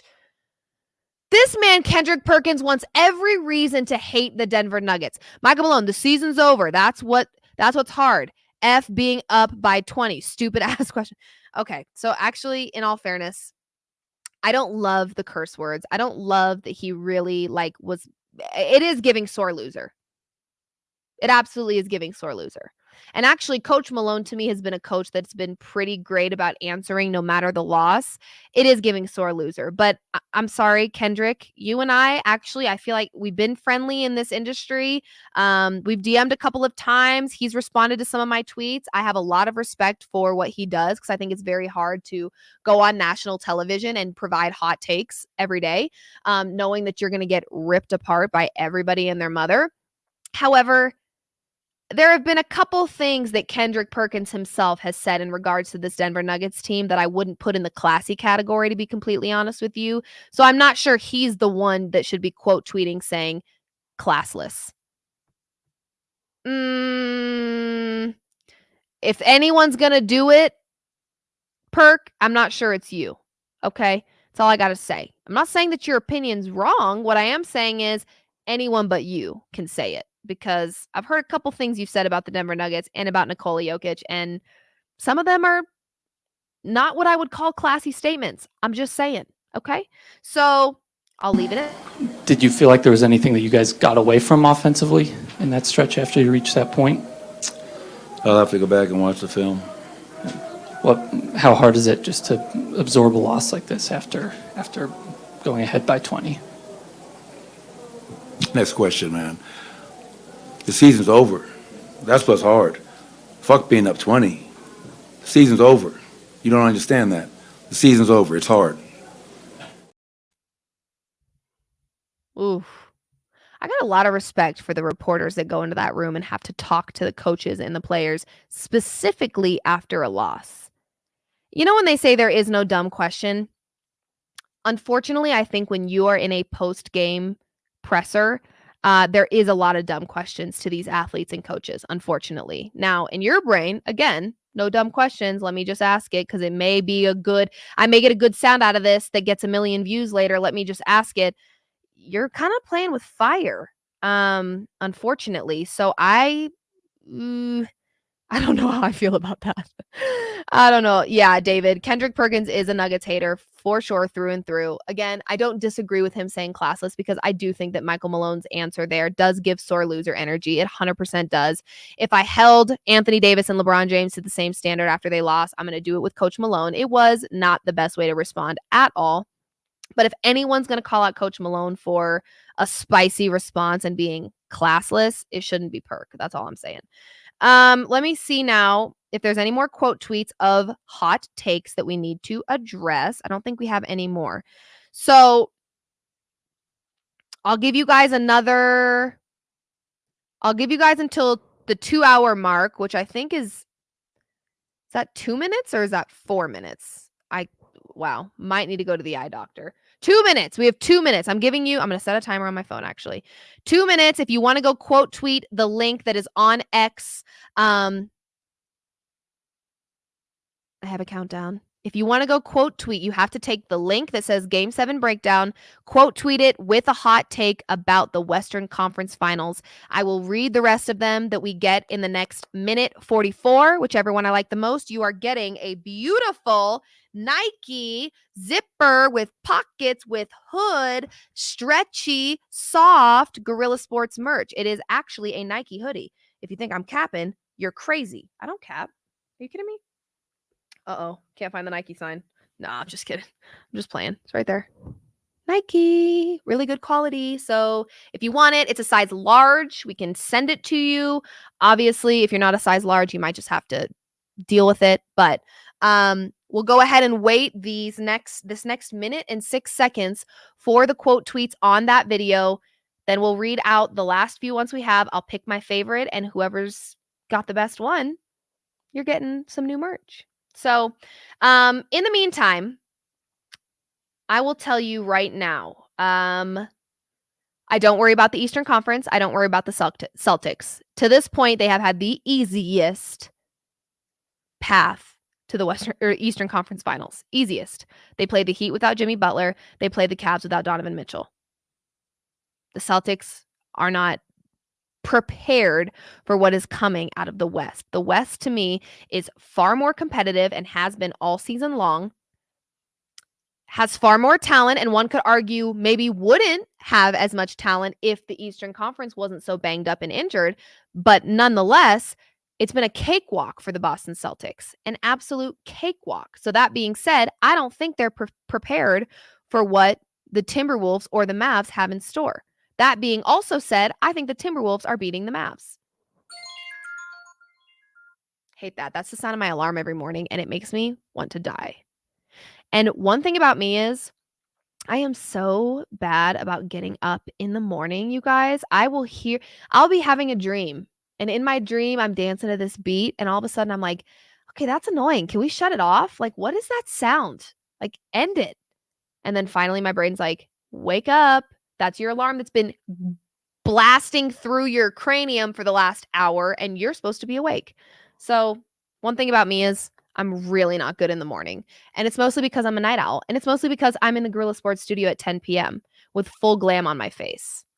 And the more I talk and hang out with you guys, the more amped up I get. I can't go to sleep when I get home. It's just the fact. I guess another exciting piece of news that I will share, because I love you guys and your family, I just closed on a home on Saturday, yesterday. So very excited about that, to have my own space. If you guys don't know, now you do. I have been living with my parents since I graduated college, because also I don't feel the need to explain that, because I hit the jackpot with my family. And something I learned very quick going to college is that not everybody like this should have been common sense to me, but it's like it's not common for a lot of people to have like a strong family unit where both parents are still married. Well, I am fortunate enough to have that. And so when I came home for my spring break, my senior year of college from TCU, that is when I got an email from TCU that said, you get an extra week of spring break. And I said, woohoo. Then I got an email that said, you're never coming back. So what I thought was just a quick spring break week at home ended up being the next 4 years of my life, because I had a job lined up with the WNBA in Dallas. That never happened because Rudy Gobert coughed on the mics and sports were shut down. Okay. So my life very dramatically turned. And then when I got all these opportunities that I've had with FanDuel, and I worked with a bunch of different companies since college, everything was remote. I was working from home. And when I set up my little system down in my parents' basement, I just never took it down. I got so busy and was traveling everywhere that I just never left. I never left because I didn't ever feel like I wanted to or needed to. One, it's expensive to breathe in this world nowadays. Let's get straight to the point. It is expensive to breathe. Two, why run from a family when you've got it made? You know, my family rocks, and I'm the oldest of four. My youngest sister's 12 years younger than me, and being around them has been such an insanely just fun experience to be able to watch her go through middle school. Thank you, everybody. Middle school, high school, all the different phases of her life. So yeah, I've never really ran from my parents' home, but now, you know, it feels like a new chapter. I've started this journey with Guerilla Sports and feel like my roots are in Denver. And I love that. And I'm very excited. So I am soon, hopefully, if all goes well, and you know how the process goes of getting a new house, it's a lot. But if all goes well, we'll be a homeowner soon, and I'll have a space that I can cuss at the Denver Nuggets as much as I want without insulting my parents, and it's going to be fantastic. But I appreciate you guys always for the support and all the congratulations. Let's see if we've got any more quote tweets before we wrap. I mean, you guys, I don't even want to leave the lot. We've got 7,600 people on here right now, hanging out at 10:22 p.m. And if you're in the Eastern time zone, that's 12:22 p.m. Hello. Ooh, that hurts. I just pulled this up by accident. Final score. Ooh, hate that for us. Ooh, wee. Okay, let's see here. Let's see here. Let's see if we have any more quote tweets. And if we don't, oh, we do. We have 2 more. Bennett says, want to be clear, nothing taken personally here. He was hot. Season just ended in a brutal way. It was a long pause after a short answer, so I followed up. Pretty standard questions, but Malone has courteous and respectful representation with media. Toughest presser of the year. We all snap sometimes. Shout out, Bennett. I love that. And like I said, kudos to the people that have to go in there after a loss and ask these kinds of questions, knowing you may get snapped at, and you're just doing your job, which is why that Pat Bev incident with that female reporter had me hot as hell. And I have not spoken about that incident here on this very show because we've been talking about the Nuggets and all that. But let me tell you something right now. Pat Bev, you are simply just not good enough to act like an asshole. First of all, I don't want anyone acting like an asshole like that, but certainly not Pat Bev. I'm going to need a little bit more production on the court for you to behave that way. Are you insane? To be honest, nobody gives a shit about your podcast, and they shouldn't. No offense, but that was crazy behavior. That was crazy effing behavior. No way you actually asked that woman if she subscribed to your pod, and then you proceeded to tell her she couldn't interview, and then when she stood there trying to do her job that she gets paid to do, you pushed her mic away. And let me just add, I don't like pulling the female card, but it probably is already vulnerable enough to be a female in a locker room space. It takes a lot of courage to do that job. It takes a lot of courage to put a mic next to somebody who doesn't want to speak and to be the only female in that circle. And also, shame on the other reporters who didn't look at him and go, really, dude? They just kept going with their questions. I would have been like, hell nah. If she can't ask you questions, I don't want to ask you questions either. I'm out. So, sorry. But speaking of snapping and whatever, Pat Bev, you're just not that guy to be able to act like that. I don't prefer anybody acts like that, but you're definitely not the one. You're not that guy, pal. You're not that guy. Okay? And don't even get me started on the Kansas City Chiefs kicker, because I already hate the Chiefs with my entire being. And that guy is a freaking moron. Period. End of discussion. Is it so crazy to think? I know this is not talking about basketball, but let me get this off my chest and then we'll go ahead and proceed, okay? And we'll figure out who's winning this little giveaway. Is it crazy for the airheads in the room to not put this through their thought process? Not every woman wants to be married. Not every woman wants to be a mother. And for the double airheads in the room, not every woman can be a mother, whether they want to or not. Also, Harrison, forgive me if I don't want to hear the opinion of a man who kicks a ball for millions of dollars and can happily live a life with one singular income in the household. Not everybody has that luxury, my friend, unfortunately. Like I said, it's expensive to breathe. Not everybody can live on one singular income in the home. And if you can, good on you. I'm happy for you. But that is not the case for everybody. So to sit before a graduating class and to specifically call out the women in the room and tell them that everything they've done for the last 4 years could have been they could be the first generation to make it through college. And you stood before them, called out the women specifically to tell them that everything they've learned is diabolical lies and their life will not begin until they are a wife or a mother. Are you out of your mind? Get that 1800s BS out of my face. You are nuts. You are nuts. Surprise, not every woman wants to have a child. Crazy to think about. But again, not every woman can. And if we really want to get down to it, in a lot of ways, your life actually ends when you become a wife and a mother, because the sacrifices that you have to make, the things you have to give up to make that happen, a lot of people would say, that's actually my life ending in some ways. And some people just don't simply want to do that. Harrison, crazy concept. Kick balls and shut your mouth. And also, referring to Taylor Swift, first of all, you quoted her music, and then you referred to her as my teammate's girlfriend. She's Taylor Swift, buddy. And everybody knows it. Just say you hate women. It's easier that way. Okay. She's back. Hi. Sorry about that. That was my alter ego. And she's crazy. But back to what we were talking about. Everyone's like in the chat probably going, whoa, this woman is insane. I mean, God, like what the hell? That's crazy to me that he even thought it was appropriate to speak about women and what they choose or choose not to do with their life. That's nuts. I would never look at somebody and tell them what to do with their life. That's crazy. Insane. Anyway, let's look at the quote tweets before I pop through the ceiling.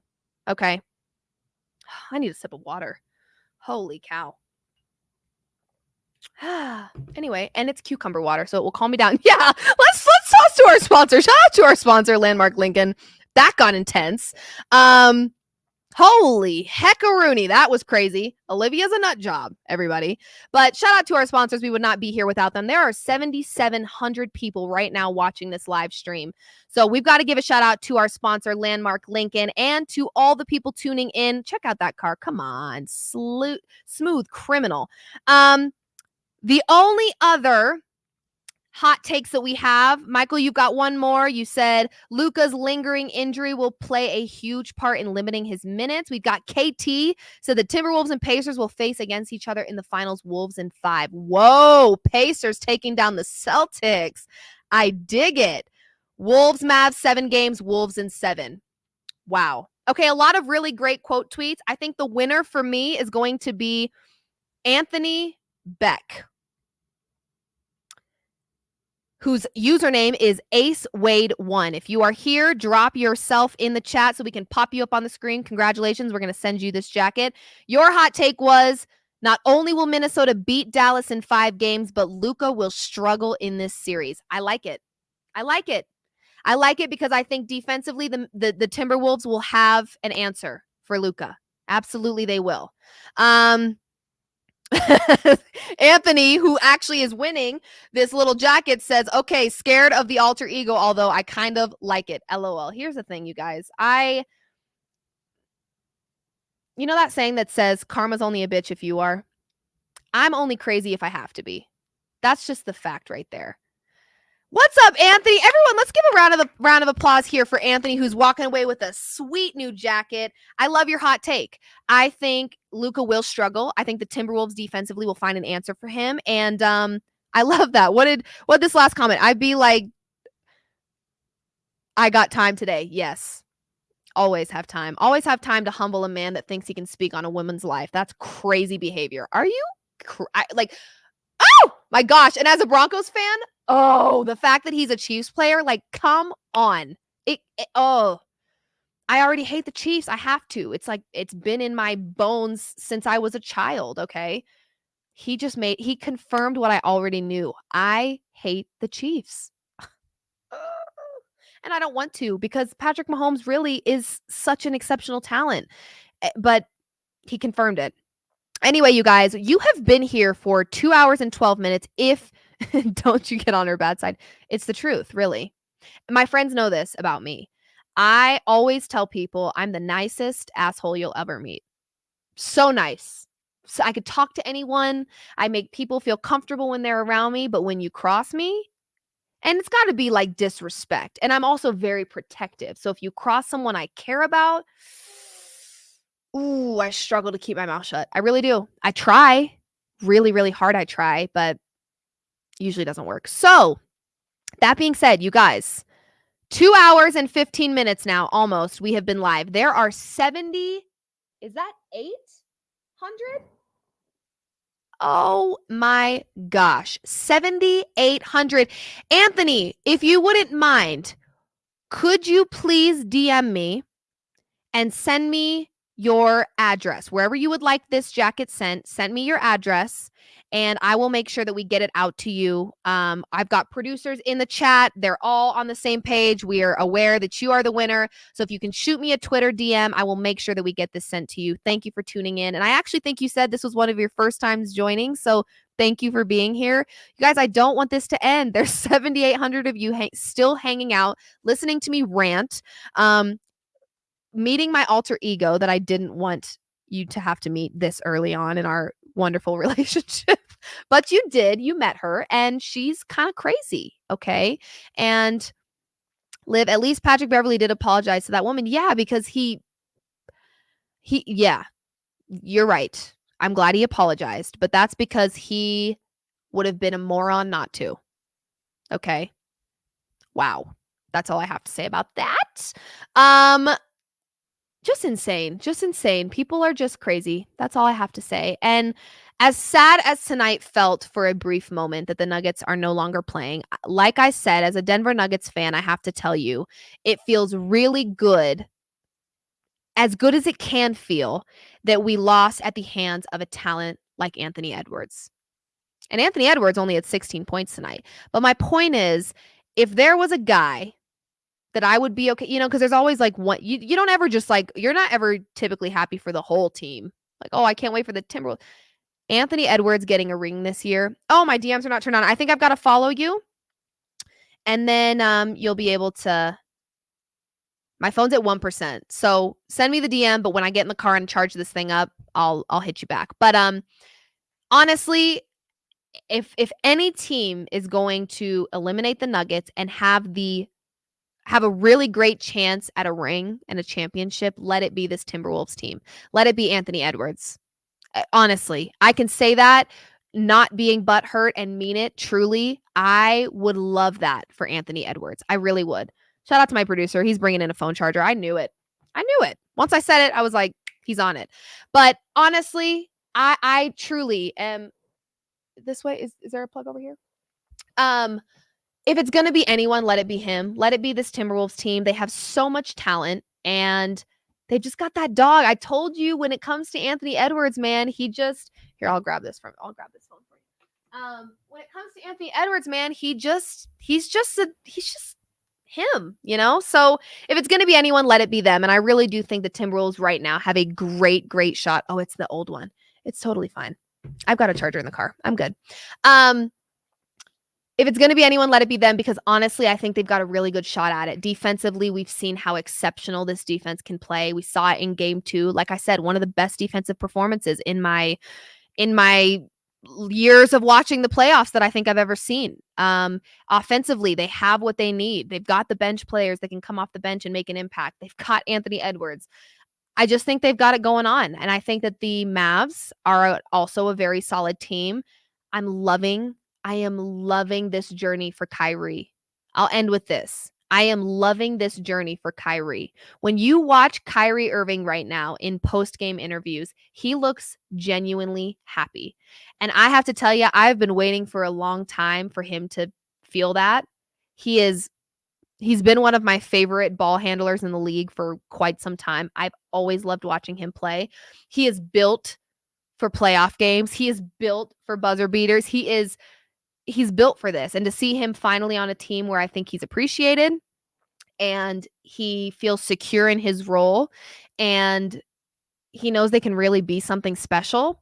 I love that for him. So really, I'm not mad either way. That's the beauty of this, you guys. We have to look at this from the perspective. We're about to hit 8K. How the hell do I end this thing when there's almost 8,000 people sitting here? What do I do? Do we go till 1 a.m.?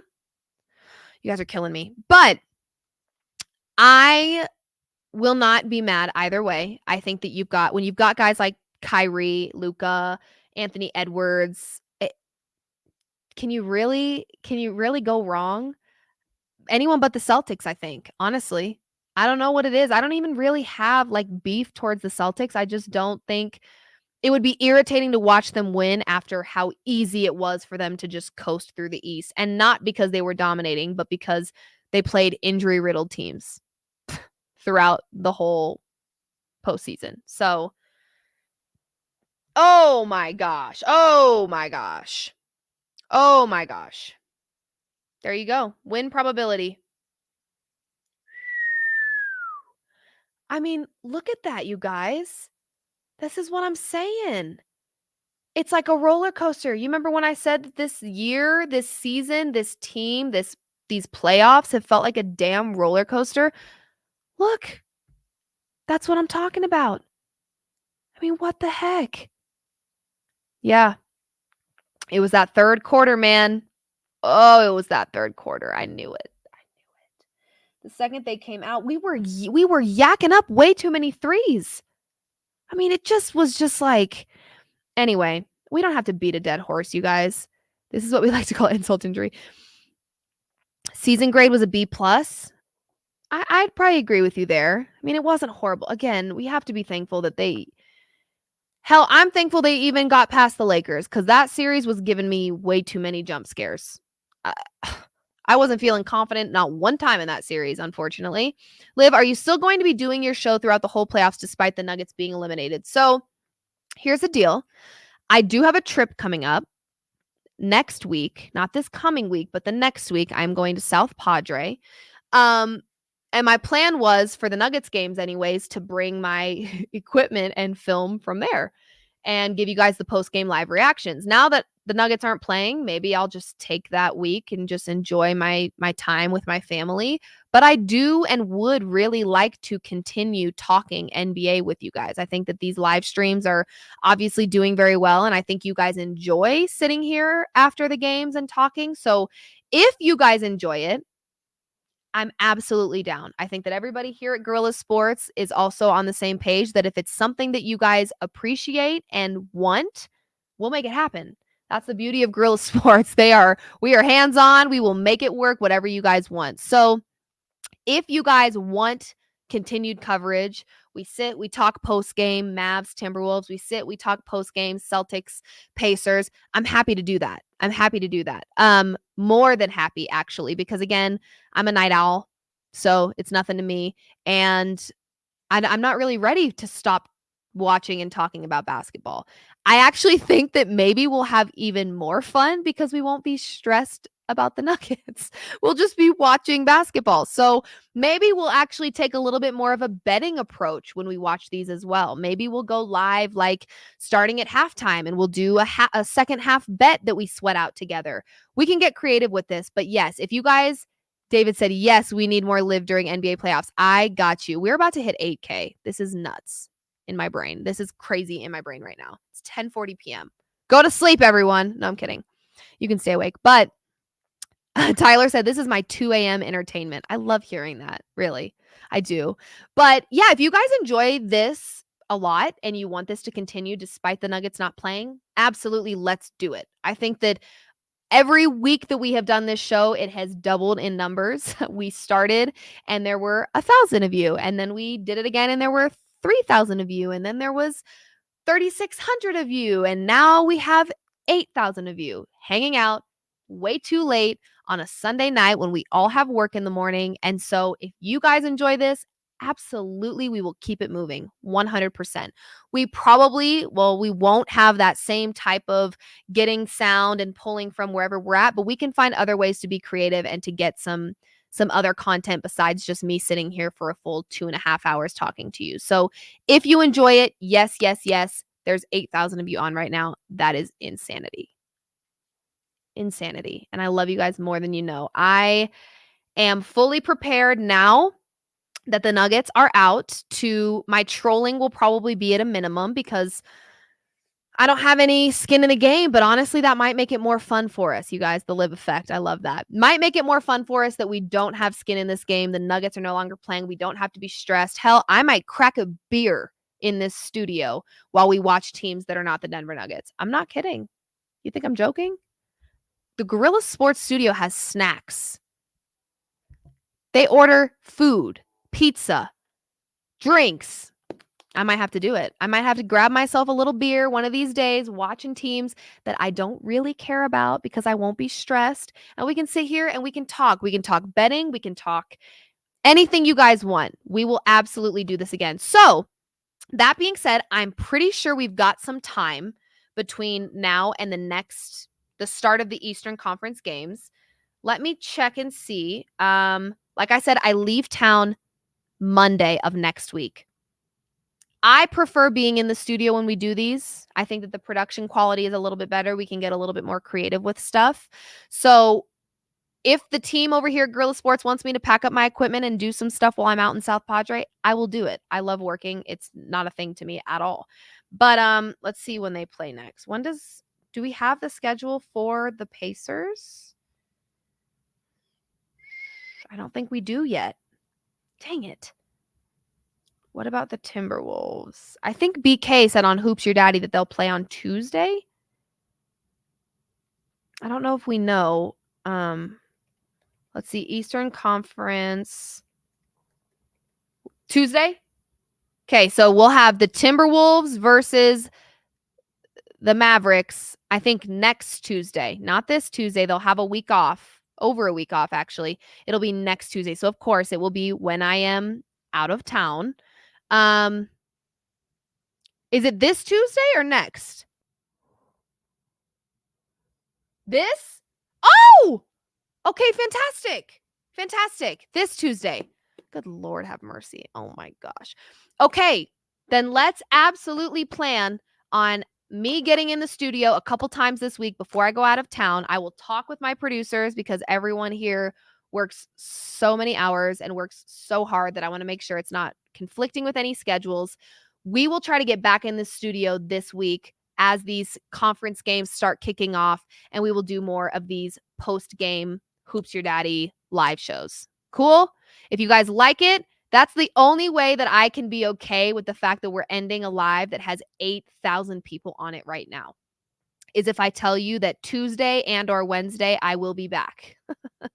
We will do this again, okay? We will do this again Tuesday or Wednesday, and then a couple more times before I leave. I do prefer the studio setup, so may just step away for the week that I'm gone in Padre, but as soon as I'm back, we can fire it up again. So if you guys are down for that, let's do it. Let's get out of here. It's freaking late. It's 10:45. We've been live for almost 2.5 hours now. There's 8,000 people on here. Thank you, Only Morale. I appreciate you so much. Appreciate you guys so much. Seriously, you are incredible. Shout out to my Guerilla Sports family. Thank you so much, Mike. I appreciate it. We will make sure that we get Anthony his merch. I saw that you DM'd me, Anthony, so we will make sure that we get that sent to you. Thank you for being here. Thank you to my OGs like Tyler. I know that you're here. Appreciate you guys as always. Much love to you. It is always and forever go Nuggets, but now we can at least watch the NBA playoffs, not on this emotional journey and not being emotionally tormented by Jamal Murray or anyone else for that matter. So we can just enjoy basketball. We will continue to do some of these live streams because holy heck, we might be at 16,000 next time if we keep doubling our numbers. So we will absolutely be back. Thank you for being here. Go Nuggets always. And we'll see you either Tuesday, Wednesday, or both. We'll figure it out. Thanks for being here, guys. See ya.